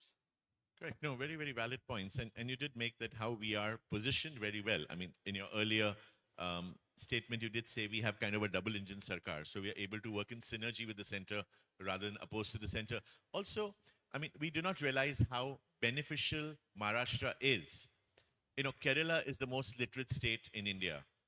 And Maharashtra is about maybe 10 percentage points behind Kerala. But if you look at the whole number, Maharashtra has got 94 million literate people compared to Kerala's 33 million. So there's a huge wealth of infrastructure and human resources as well as in... Yeah, look, I think that, you know, I greatly respect the people of Kerala. And I think while high literacy rates are very important, unfortunately, a state like Kerala today is one of the most bankrupt states in the country also. So having financial prudence as part of state policy is extremely important. Because if you don't have money as a government, you can't reinvest in infrastructure. And if you don't invest in infrastructure, you won't attract the best human resources. So today, more and more businesses are pulling out of Kerala. So Kerala may produce educated people, but if those educated people are not contributing to their own state, what's the benefit? True. Well, they're contributing to the Middle East. They're moving to other parts of the country. So a state, when a state looks at these aspects, its future, its Viksit plans, it has to look at everything holistically. You have to invest in human resources. But if you don't invest in infrastructure to absorb those human resources, you essentially become a place that generates human resources, but then exports those human resources and can't retain those human resources. Right. No, and exactly the point in Maharashtra, we have almost 3 times the human resources in terms of literate numbers, in terms of whole numbers. I mean, if we have to take out of the percentage. So that's a huge resource that the state can look forward to. You did mention about our coastal region. And we got an amazing coastal region all the way down the Konkan. How do you think Maharashtra can, and we've been doing that, I think, you know, we've been setting up a lot of tourist places, developing the beaches. How much more do you think we could exploit our coast to either for tourism or for shipping or for different kind of logistics? The sea is the limit. And the truth is that, you know, when I was shipping minister, Agrima pointed out this lighthouse tourism policy. And just to tell you a story, that when you become a minister, and one of the first things that happens is all the bureaucrats in that ministry come and present to you what the ministry is about. And there was a department, there still is a department called in the Ministry of Shipping in the Government of India called DGLL, Director General Lighthouse and Lightships. And the head of the DGLL came and made me a presentation, and he said, we have 180 functional lighthouses across the 8,000-kilometer coastline of India. And I just asked him a very innocent question, because when I travel overseas, sometimes I pay €5 and €10 and $5 to go and visit a lighthouse. And I said, how many of these lighthouses are open to tourists? And he said, none. And I said, why not? And he says, no one's thought of it. And we created a lighthouse tourism policy, which is in many, many states in India. The Prime Minister, the current Prime Minister, has reinvested a lot in that policy, and the Prime Minister has talked about it many a times, and they've expanded that program that I initiated many years ago. And so these are examples where, I mean, as a minister, I gave permission for this, the Ro-Ro from Mumbai to Mandwa. So we have the ability to do a lot of things to exploit our coast in a sustainable way. In India, for instance, let me give you a startling statistic. In India, we transport our cargo. Our mix of transporting cargo by waterways on the coast through rivers is around 1% today. 99% of our cargo is transported through rail, roads, air, all of which are more environmentally unfriendly, more expensive. In a country like Netherlands, almost 55% of their cargo is transported through rivers and waterways. So there is a huge potential to use it for public transport. There's a huge potential to use it for tourism. There's a huge potential to use it for cargo. There's a huge potential to use it even for maritime activities. Today, thanks to the collaboration between the state and the central government and the convergence that I talked about, the largest port in the country is coming north of Mumbai to an area near Palghar called Vadhavan Port. It will be the largest port. The government of India recently announced a huge incentive to bring back shipbuilding to India. India was a very important shipbuilding destination several decades ago. We lost market share to countries like Japan, Korea, and more recently to countries like China. Shipbuilding is a huge economic generator, growth engine. It creates more jobs than almost any other sector. And the government has announced a huge incentive. So I see Maharashtra becoming a very, very important hub because of our coastline in the area of shipbuilding, in the area of ports, in the area of tourism. So as I said, the sea is the limit. I think that plan is finally coming together, where we are seeing more jetties for tourists to travel, more large ports and maritime activity. And when you integrate that with shipbuilding, you really have a holistic vision for the state as a whole to generate economic activity. No, indeed. And the point being, because Maharashtra is so industrialized, so shipbuilding activity can actually work in conjunction with the industry that is there for supplying it, services, etc. And you said the number of jetties. In fact, if I'm not mistaken, was it in your tenure that we had the Kanoji Angre lighthouse set up? Kanoji Angre was one of the greatest Maratha warriors in the sea, so I think that's something that's great. In fact, I don't know how many of you would know that Kalyan and Bhiwandi, which you see the marshy land now, were actually big seaports where Shivaji actually used to have his ships launch from there. He launched the keel of the ships in. So you're right, we have a great history. Maharashtra has a very rich maritime legacy. And we have a legacy from Chhatrapati Shivaji Maharaj, from Kanoji Angre, who was probably the greatest naval chief the world has seen, from the Koli fishermen community, from the Portuguese, the British, to post-independence India. Just a city like Mumbai, we have two major ports, Jawaharlal Nehru Port Trust, Port Authority, Mumbai Port Authority. We have a large shipbuilding company right here in the heart of South Mumbai called Mazagaon Docks Limited. We have forts scattered across Maharashtra. So our legacy is a very rich legacy. We have the Western Naval Command still headquartered here before they moved to Karwar in the south. So there's a lot that we can do to exploit that legacy. Absolutely. In fact, the Indian Navy right now has got 150 platforms, naval platforms, that is number of vessels. They plan to go to 350. In fact, I was informed by the Navy that they are launching a ship once every 30 to 40 days. So almost every 40 days, a naval vessel is being launched by the Navy. So not only is it in commercial shipping, but also in defense. Now, I come from the law field and I can't resist this question. It's like man proposes, woman disposes. Government proposes, judiciary disposes. So why is it that the government is doing so many things, which are sometimes meeting a wall with the judiciary? Or is there, take for example, some of the things that you have also had to regulate, like ORS, junk food, where variety of things where the regulatory authority is sometimes not as strong and judicial intervention is required. And since you are in delegated legislation or subordinate legislation also, you find that the judiciary is constantly looked at a block. And you discussed China. I'm not going to ask you easy questions, you see. You discussed China before, and China can steamroll and do what they want. They're completely free to do. Here in India, when the government is trying to do things, a lot of people view the judiciary as a block. A lot of people view the judiciary as a keeper of human rights and a keeper of the constitution. So, how do you think we should strike this balance going down? Because none of these things are going to change. I mean, I might just add that Pakistan has introduced a new law whereby when the government does something or changes the constitution, that question whether the constitution can be changed or not is going to go to a special court. And in that special court, the judges are appointed by the government. See? So Pakistan is moving to a time where they can, whereas in India, we have a robust checks and balances. So could you just throw some light on, Look, and my through, personal through view any is, perspective? Yeah. my personal view is very honestly that, there's this China versus India debate. I've been hearing it for a long time, actually, for 20 years. And I would say that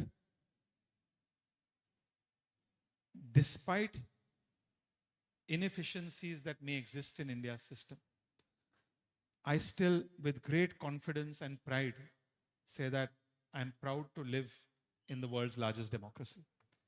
The fact that we have these three pillars, we have a legislature, we have an executive, we have a judiciary, which essentially keep checks on each other. I don't think that the judiciary is keeping a check on the executive or the legislature. We have enough powers through our constitution for the legislature to keep a check on the judiciary.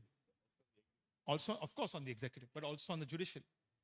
So these are things which, sometimes if the judiciary is acting in a way that deserves, you can call it, the judiciary may call it legislative outreach. We have the ability to do that. If the legislature or the executive are not moving quickly enough on a matter. Let's say, I'll give you an example. My late father, today smoking cigarettes is banned in public places across the country because of a public interest litigation that he filed in the Supreme Court. And the Supreme Court, based on his PI, ensured that smoking should be banned. Now, that could be the job of the executive. The executive could have taken the decision when that happened. It didn't. So now, an area that I'm looking at very closely as a chairman of a committee on subordinate legislation, which, by the way, is the only parliamentary committee that looks at subordinate legislation, that looks at rules and regulations that are essentially out of the purview of the legislature. The legislature has the power to enact laws, convert a bill into a law. But then eventually the executive has the power to impose and draft rules and regulations. The only committee that oversees that is the Committee on Subordinate Legislation. And a very interesting, we presented a report last year. One is on stubble burning, on the AQI stubble burning rules, on how these fines are being enforced in states like Punjab. What can the center do to ensure that they're enforced? And another area we are examining at the moment is the FSSAI, which is the Food Safety Regulator. How do we ensure that young people, that parents, have better information before they consume products? Today, someone goes to a supermarket. They buy a product which says healthy juice, but actually it's unhealthier than drinking a Coca-Cola or than drinking Sprite. It has actually nothing to do with the fruit. It's artificial flavors, artificial colors. It's sugary water. But a parent unknowingly thinks that I'm giving my child orange juice or mixed fruit juice, but I'm giving them something worse and more unhealthy than a Coca-Cola. So this is an area also where the judiciary has already intervened. The judiciary has asked that the Ministry of Health should set up an expert panel to look at what's called front of pack labeling. The executive is also working proactively. The executive took a decision recently with the court involved to ban false ORS labels. I just want to put a point here and want to put a spoke in the wheels in your thought process. And that is, sometimes the judiciary intervenes because the executive is not doing correctly what it ought to do. So in that context, we have people like you. But that's the beauty of our democracy, right? Right. So I don't think when you zoom out, you can easily say that there's a conflict between the executive and the judiciary. You could easily say that there's a conflict between the executive and the legislature. But the way our forefathers thought through our constitution, our democracy, was to have these checks and balances. So these are all checks and balances in our system. And that's the beauty of our system. If you ask a Chinese citizen, how do you pass laws? It's very interesting. How do they pass laws? There's no democracy. They don't have elected representatives. There's something called the National People's Congress. By the time a bill reaches the National People's Congress, that's the government view. And it gets passed with no debate. So there's no discussion. There's a one-party system in that country. So as I said, I'm very pleased that we live in a robust democracy where whether you believe in our democratic values or you don't, whether you think it should be more democratic, less democratic, you're able to express what you want to say. That's okay. That's politics. You can have a left outlook, a right outlook. But the fact is that I've never paid much attention to this debate on judicial overreach, or the judiciary coming in and telling the executive that this is wrong, let's do this. I think these are the checks and balances that make India strong. To come back to your earlier point, we may not have the same pace of development that the Chinese do. We may not. But I think we will have more sustainable development in the years to come. And eventually, systems that are not democratic, political parties that are not democratic, countries that are not democratic, eventually break. So it's a matter of time before cracks will appear, and the countries that will sustain themselves, that will last the longest, will be those that are democratic. No, very well said. We will never match the pace of China because, that's the beauty of democracy. And if we want democracy, we need to go at a sustainable level. I know you're on a tight schedule, and I know there are lots of questions out there that people want to ask. He's raised his hand already, but I want to ask you one last question before I throw it open to the audience. This might be very difficult. This might be very easy. You have lived through the era. In fact, you've been on the right side of the government in our former Prime Minister Manmohan Singh's tenure as well, who was a highly educated person, a technocrat. And today, the new style of working with the Honorable Prime Minister, Mr. Modi, the different style of working. How do you see that panning out for India? Is this, I'm not going to say better or worse, but how has that changed? There's a fundamental difference in the leadership style. Look, every leader in any organization, whether it's political, whether it's private, leadership styles are based on personalities. They're based on situations at the moment. In my opinion, today, given how the world is working, given that we live in a multipolar world, I think that the kind of leadership we need is the kind of leadership that we have. There is a fundamental difference in Prime Minister Narendra Modi's leadership and a fundamental difference in Dr. Manmohan Singh's leadership. I think the biggest advantage of the present leadership today is that once the Prime Minister decides on a national objective, there is no coalition partner, there is no minister in his own government who can scuttle that vision. That was something which I would see in the past. I gave you an example earlier of Navi Mumbai International Airport. The former Prime Minister wanted the Navi Mumbai International Airport to happen, but ministers in his own government scuttled that airport from happening. That is not something you will see in this government. Very correct. So we have a greater unity in terms of moving forward with this. Okay. I'm going to throw it open to the audience for questions. One at a time, please. Please make a question, not a statement. Yes. Hello, sir. So in your introduction, ma'am mentioned that you raised your voice against the 26/11 accidents that happened. Do you think in light of the current terrorist attacks in Delhi, the response of the government was apt? And do you think the chief minister or either the home minister should have resigned? Look, I, for one,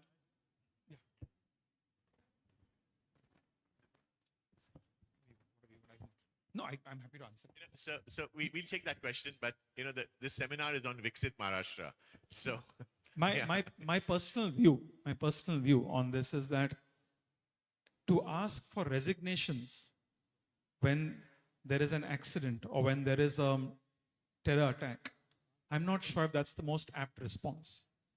The fact remains today in a country like ours, in the last 12 years, you're probably very young to remember this, but from a period of about 2003 to 2013 or 2014, in a city like Mumbai, in Delhi, in Pune, in Ahmedabad, in Jaipur, there were terror attacks, bomb blasts, all the way from a simple bomb blast to what you saw on 26/11, happening almost every single month.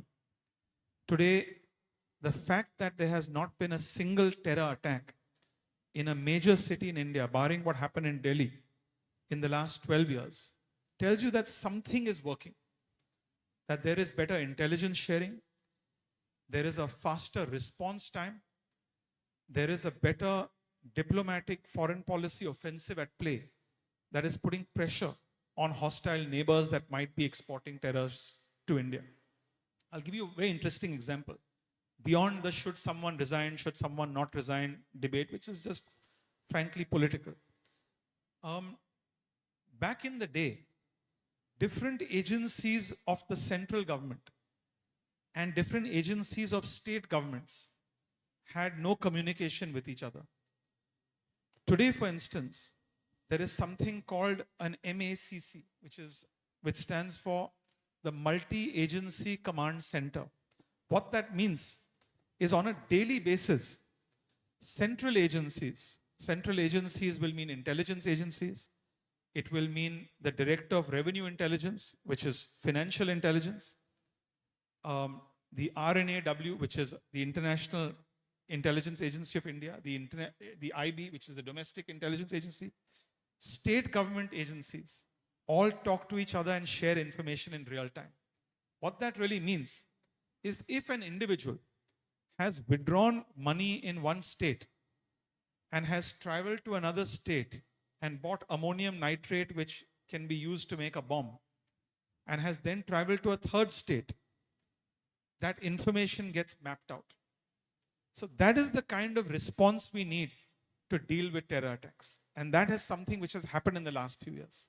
And that's why in the last 12 years, we've not had a single terror attack, barring what happened in Delhi, in a major city in India outside of Kashmir. So I would tell you that as someone who speaks very plainly, very honestly, are enemies domestically, externally trying to destabilize India? Do people have a problem with the fact that India is growing the fastest in the world? That India is poised to become the fourth largest economy in the world? Absolutely they do. Can they export terrorists and terror to India? That's one method of destabilizing India. Can they impose 50% penalties on tariffs on India? That's another way of destabilizing India.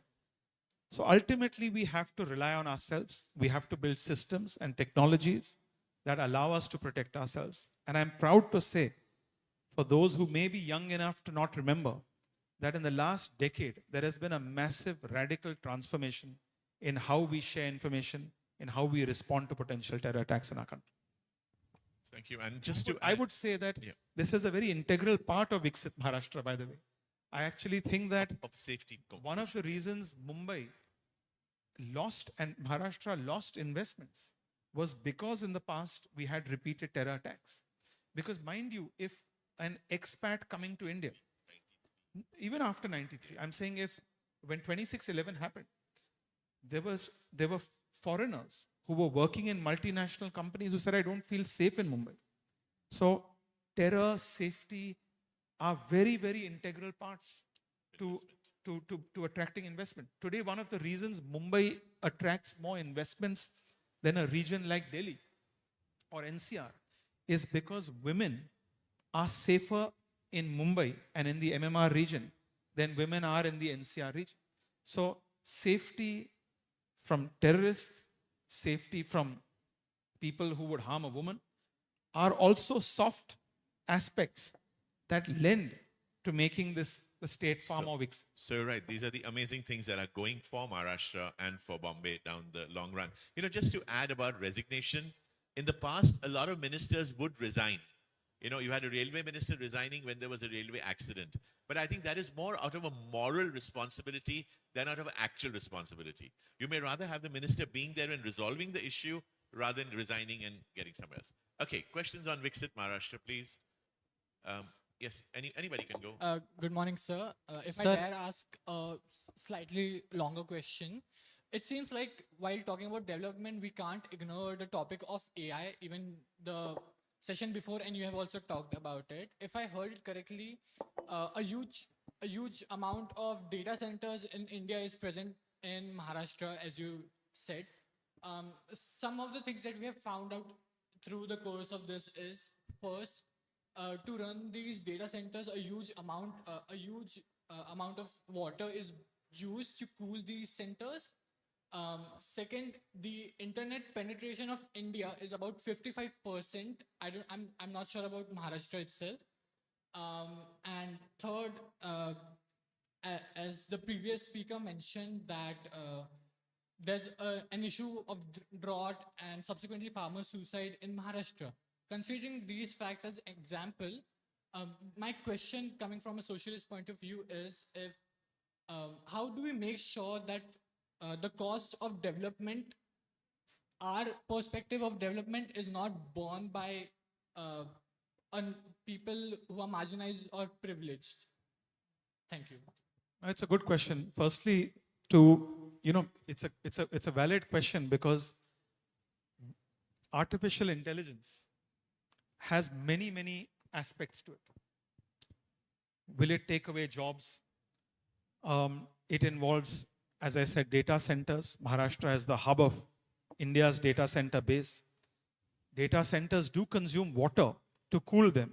Each time we use ChatGPT on our phones, we're consuming a lot of data. We're using a lot of water. But the biggest resource that data centers suck out is electricity. And in 2035, global data centers, purely for AI, will consume the same amount of electricity per day that a country like Japan consumes every day. It's completely ridiculous. And a large part of that electricity is to cool the data centers, to ensure zero redundancy. So one interesting reform that's happening, which kind of ties into your question, how do you ensure that it's equitable for everyone? For a country like India, even for Western and developed countries, one of the biggest offshoots of this AI boom has been re-looking at nuclear energy as a potential source of energy.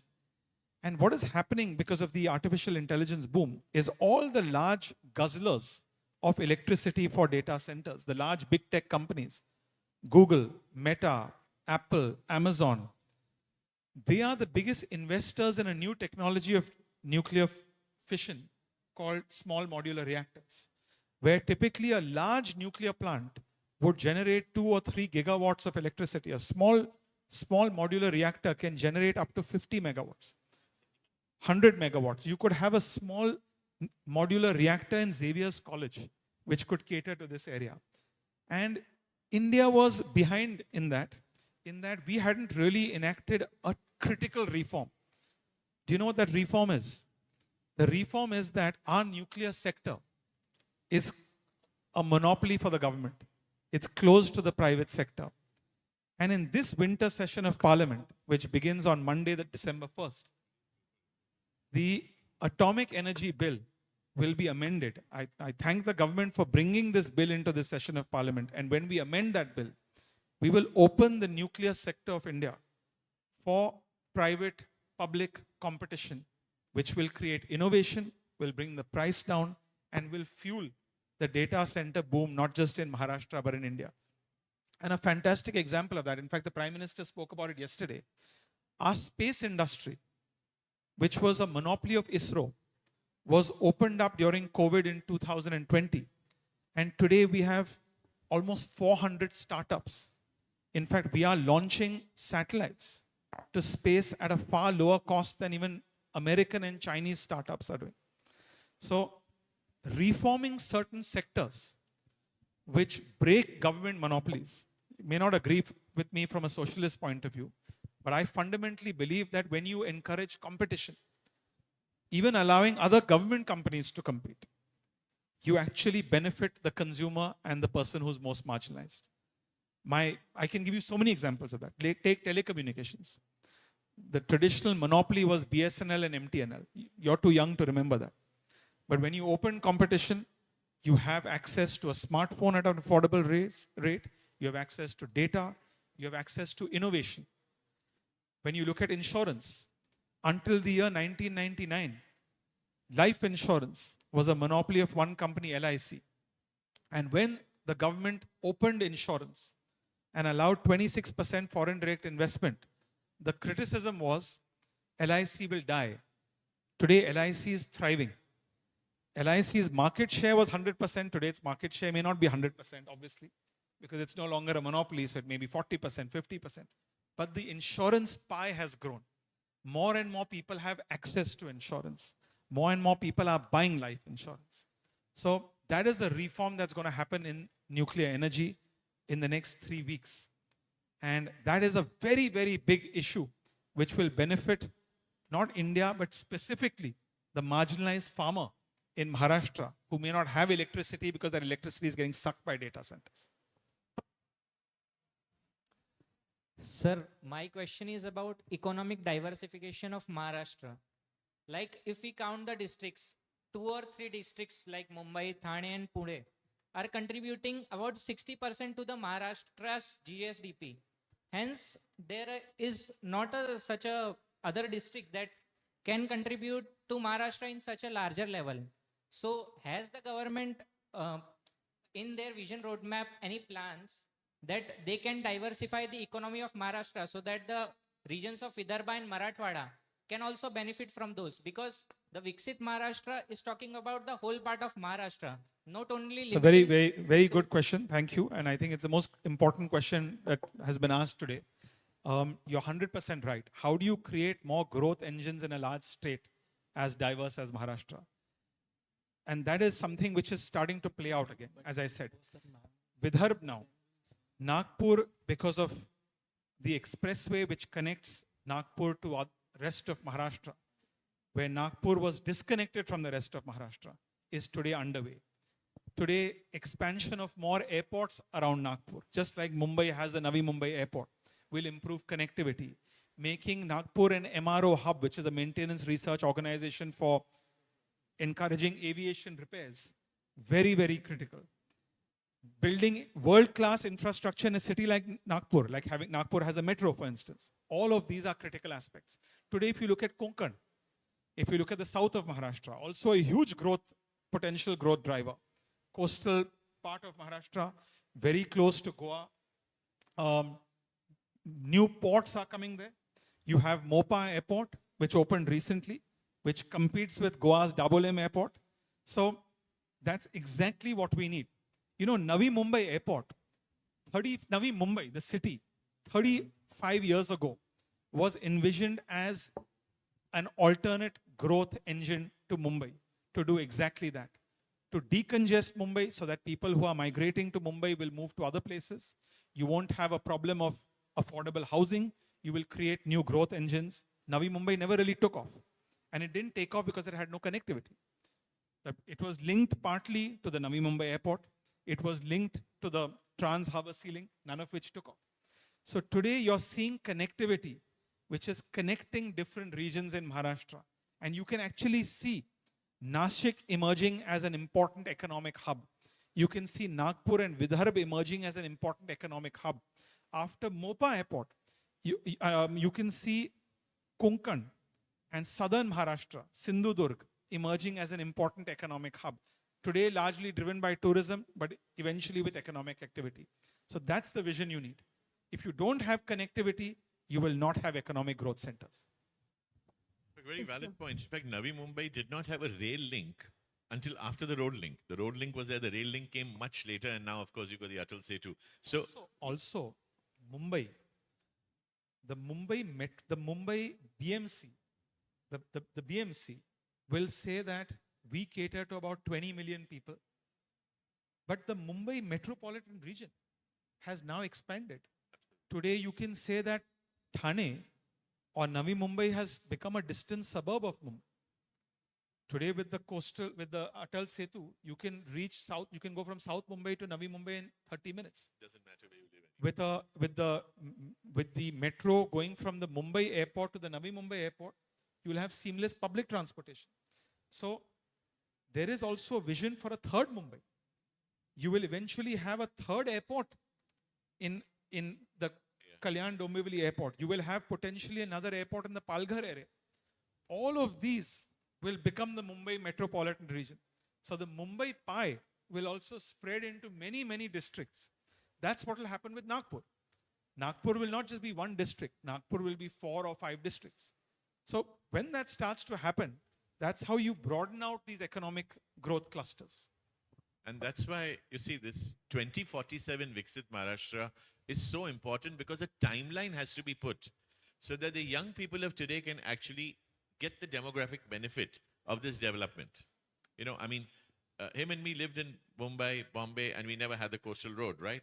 We couldn't drive fast anywhere, could we? Yeah, you know. So it's important that a timeline is fixed. And what the Honorable Minister said, there are 3 timelines: 2029, 2035, and Maharashtra is at 75, and 2047. So I'm sure the young people would benefit from this. Yes, ma'am, you had a question. Yeah. This is good morning, sir. Myself, Dr. Jayashree from Pune. My question is just aligned to this previous one. The question is, what is your opinion on reverse migration, considering the regional imbalance and income disparity in the Maharashtra? So how does reverse migration play the role, and what are the steps to be taken by the government for this? Thank you. When you say reverse migration, you mean people moving back to... Yeah, because people are getting concentrated in the mega and metro cities. So how they can go back to their look, home? my personal dream is to go and live in a village. That's my personal view. I don't think city life is a great life. That's a transcendentalist view. This is something which has been, there have been several movements I talked about in Western countries, in developed countries. Europe had this idea of romanticism. US had this idea of transcendentalism, where people actually left cities and moved into rural areas. I think, to be honest with you, during COVID, that started to happen. There are many people from different economic strata. You could be someone who has a very, a lower middle class family. You could be a person who migrated from villages to come and work and live in a slum in Mumbai, but then chose that I want to go back to agriculture or do something else in my rural community. So it's a very personal choice, but I think that if you provide certain amenities to rural areas, like telecommunication connectivity, internet infrastructure. I'll give you a small example. When I was a Minister of Communications and IT in the Government of India, we mapped out the fact that there were almost 2 lakh panchayats, rural hubs, that didn't have a fiber optic backbone. And the path to giving a village good connectivity, last mile internet, high-speed internet bandwidth, is if your backhaul infrastructure is poor. It's like a highway. In telecom in road parlance, it's like if you have a 10-lane expressway, but then you have a 1-lane road that reaches a village, you're able to provide connectivity. And we initiated a project which has now become it's become, I think, Bharat Broadband Limited, which now has provided a fiber optic connectivity to 2.5 lakh panchayats across the country. And we were one of the first countries, mind you, that did this. In fact, even developed countries like Australia and America have rural communities with no backhaul infrastructure. And we are one of the first countries that's leading in that area. We have actually a backhaul connectivity. So if you provide that kind of infrastructure, you provide adequate drinking water, you provide electricity, you provide internet connectivity, I see no reason why people will not reverse migrate. A government's plan in the last 4 years, a scheme called the Rooftop Solar Mission. It's called the Prime Minister's Rooftop Solar Mission. The fastest growing state for that, who has adopted that project, is Maharashtra, where if you are a farmer and you live in a rural community, the government actually pays you essentially. You can potentially earn money by getting electricity from solar panels. And you can then connect it to the grid, and you could potentially sell the electricity grid surplus electricity. So these are things that could potentially lead to reverse migration. But in my opinion, this is a very personal decision. Sometimes people just get tired of living in a city, air pollution, traffic, noise. Sometimes some people don't want to be around too many people. It's a personal choice. You want to go and live on your own in a small community. And I see the merits of that personally. So I firmly believe that at some point in my life, I'm 48 years old, I've been in this profession for 20 years. At some point, I want to call it quits and go out, contribute to a rural community and go out and live there. And that's true. Reverse migration is going to be so much easier because of democratization of internet, banking, and all the services. See, today, India has got a huge benefit of these elements. So we are at the end of this time, and I'm sorry, we'll have to cut the questions. Mr. Deora, thank you so much for such clarity of thought and vision. And I'm sure I speak on behalf of all of us. We are so happy that we have you in our parliament. I'm sure a lot of young people here have completely changed their understanding or image of who a parliamentarian is after seeing you. Yes, thank you. Thank you very much. A round of applause for this person who, as long as I've known him, has been a gentleman first and a politician later. Thank you, sir. They can coexist. Gentlemen and politicians. But one parting note, firstly, I'm grateful again to you, to Agrima, for inviting me here. One suggestion that I have is any time that Xavier students, if you have a field trip to New Delhi, if you'd like to visit Parliament, I'm more than happy to facilitate that. The new Parliament building is extremely impressive. It's one of the most technologically powerful Parliament buildings in the world. And if there is a group of students, I'm not sure what the limit is, but a small group, maybe 10 or 15 students, I'd be very happy to invite you, to host you in the Parliament of India. Thank you very much. A round of applause for Mr. Milind Deora. Thank you. May I please request Dr. Father Keith D'Souza to felicitate Honorable MP Milind Deora.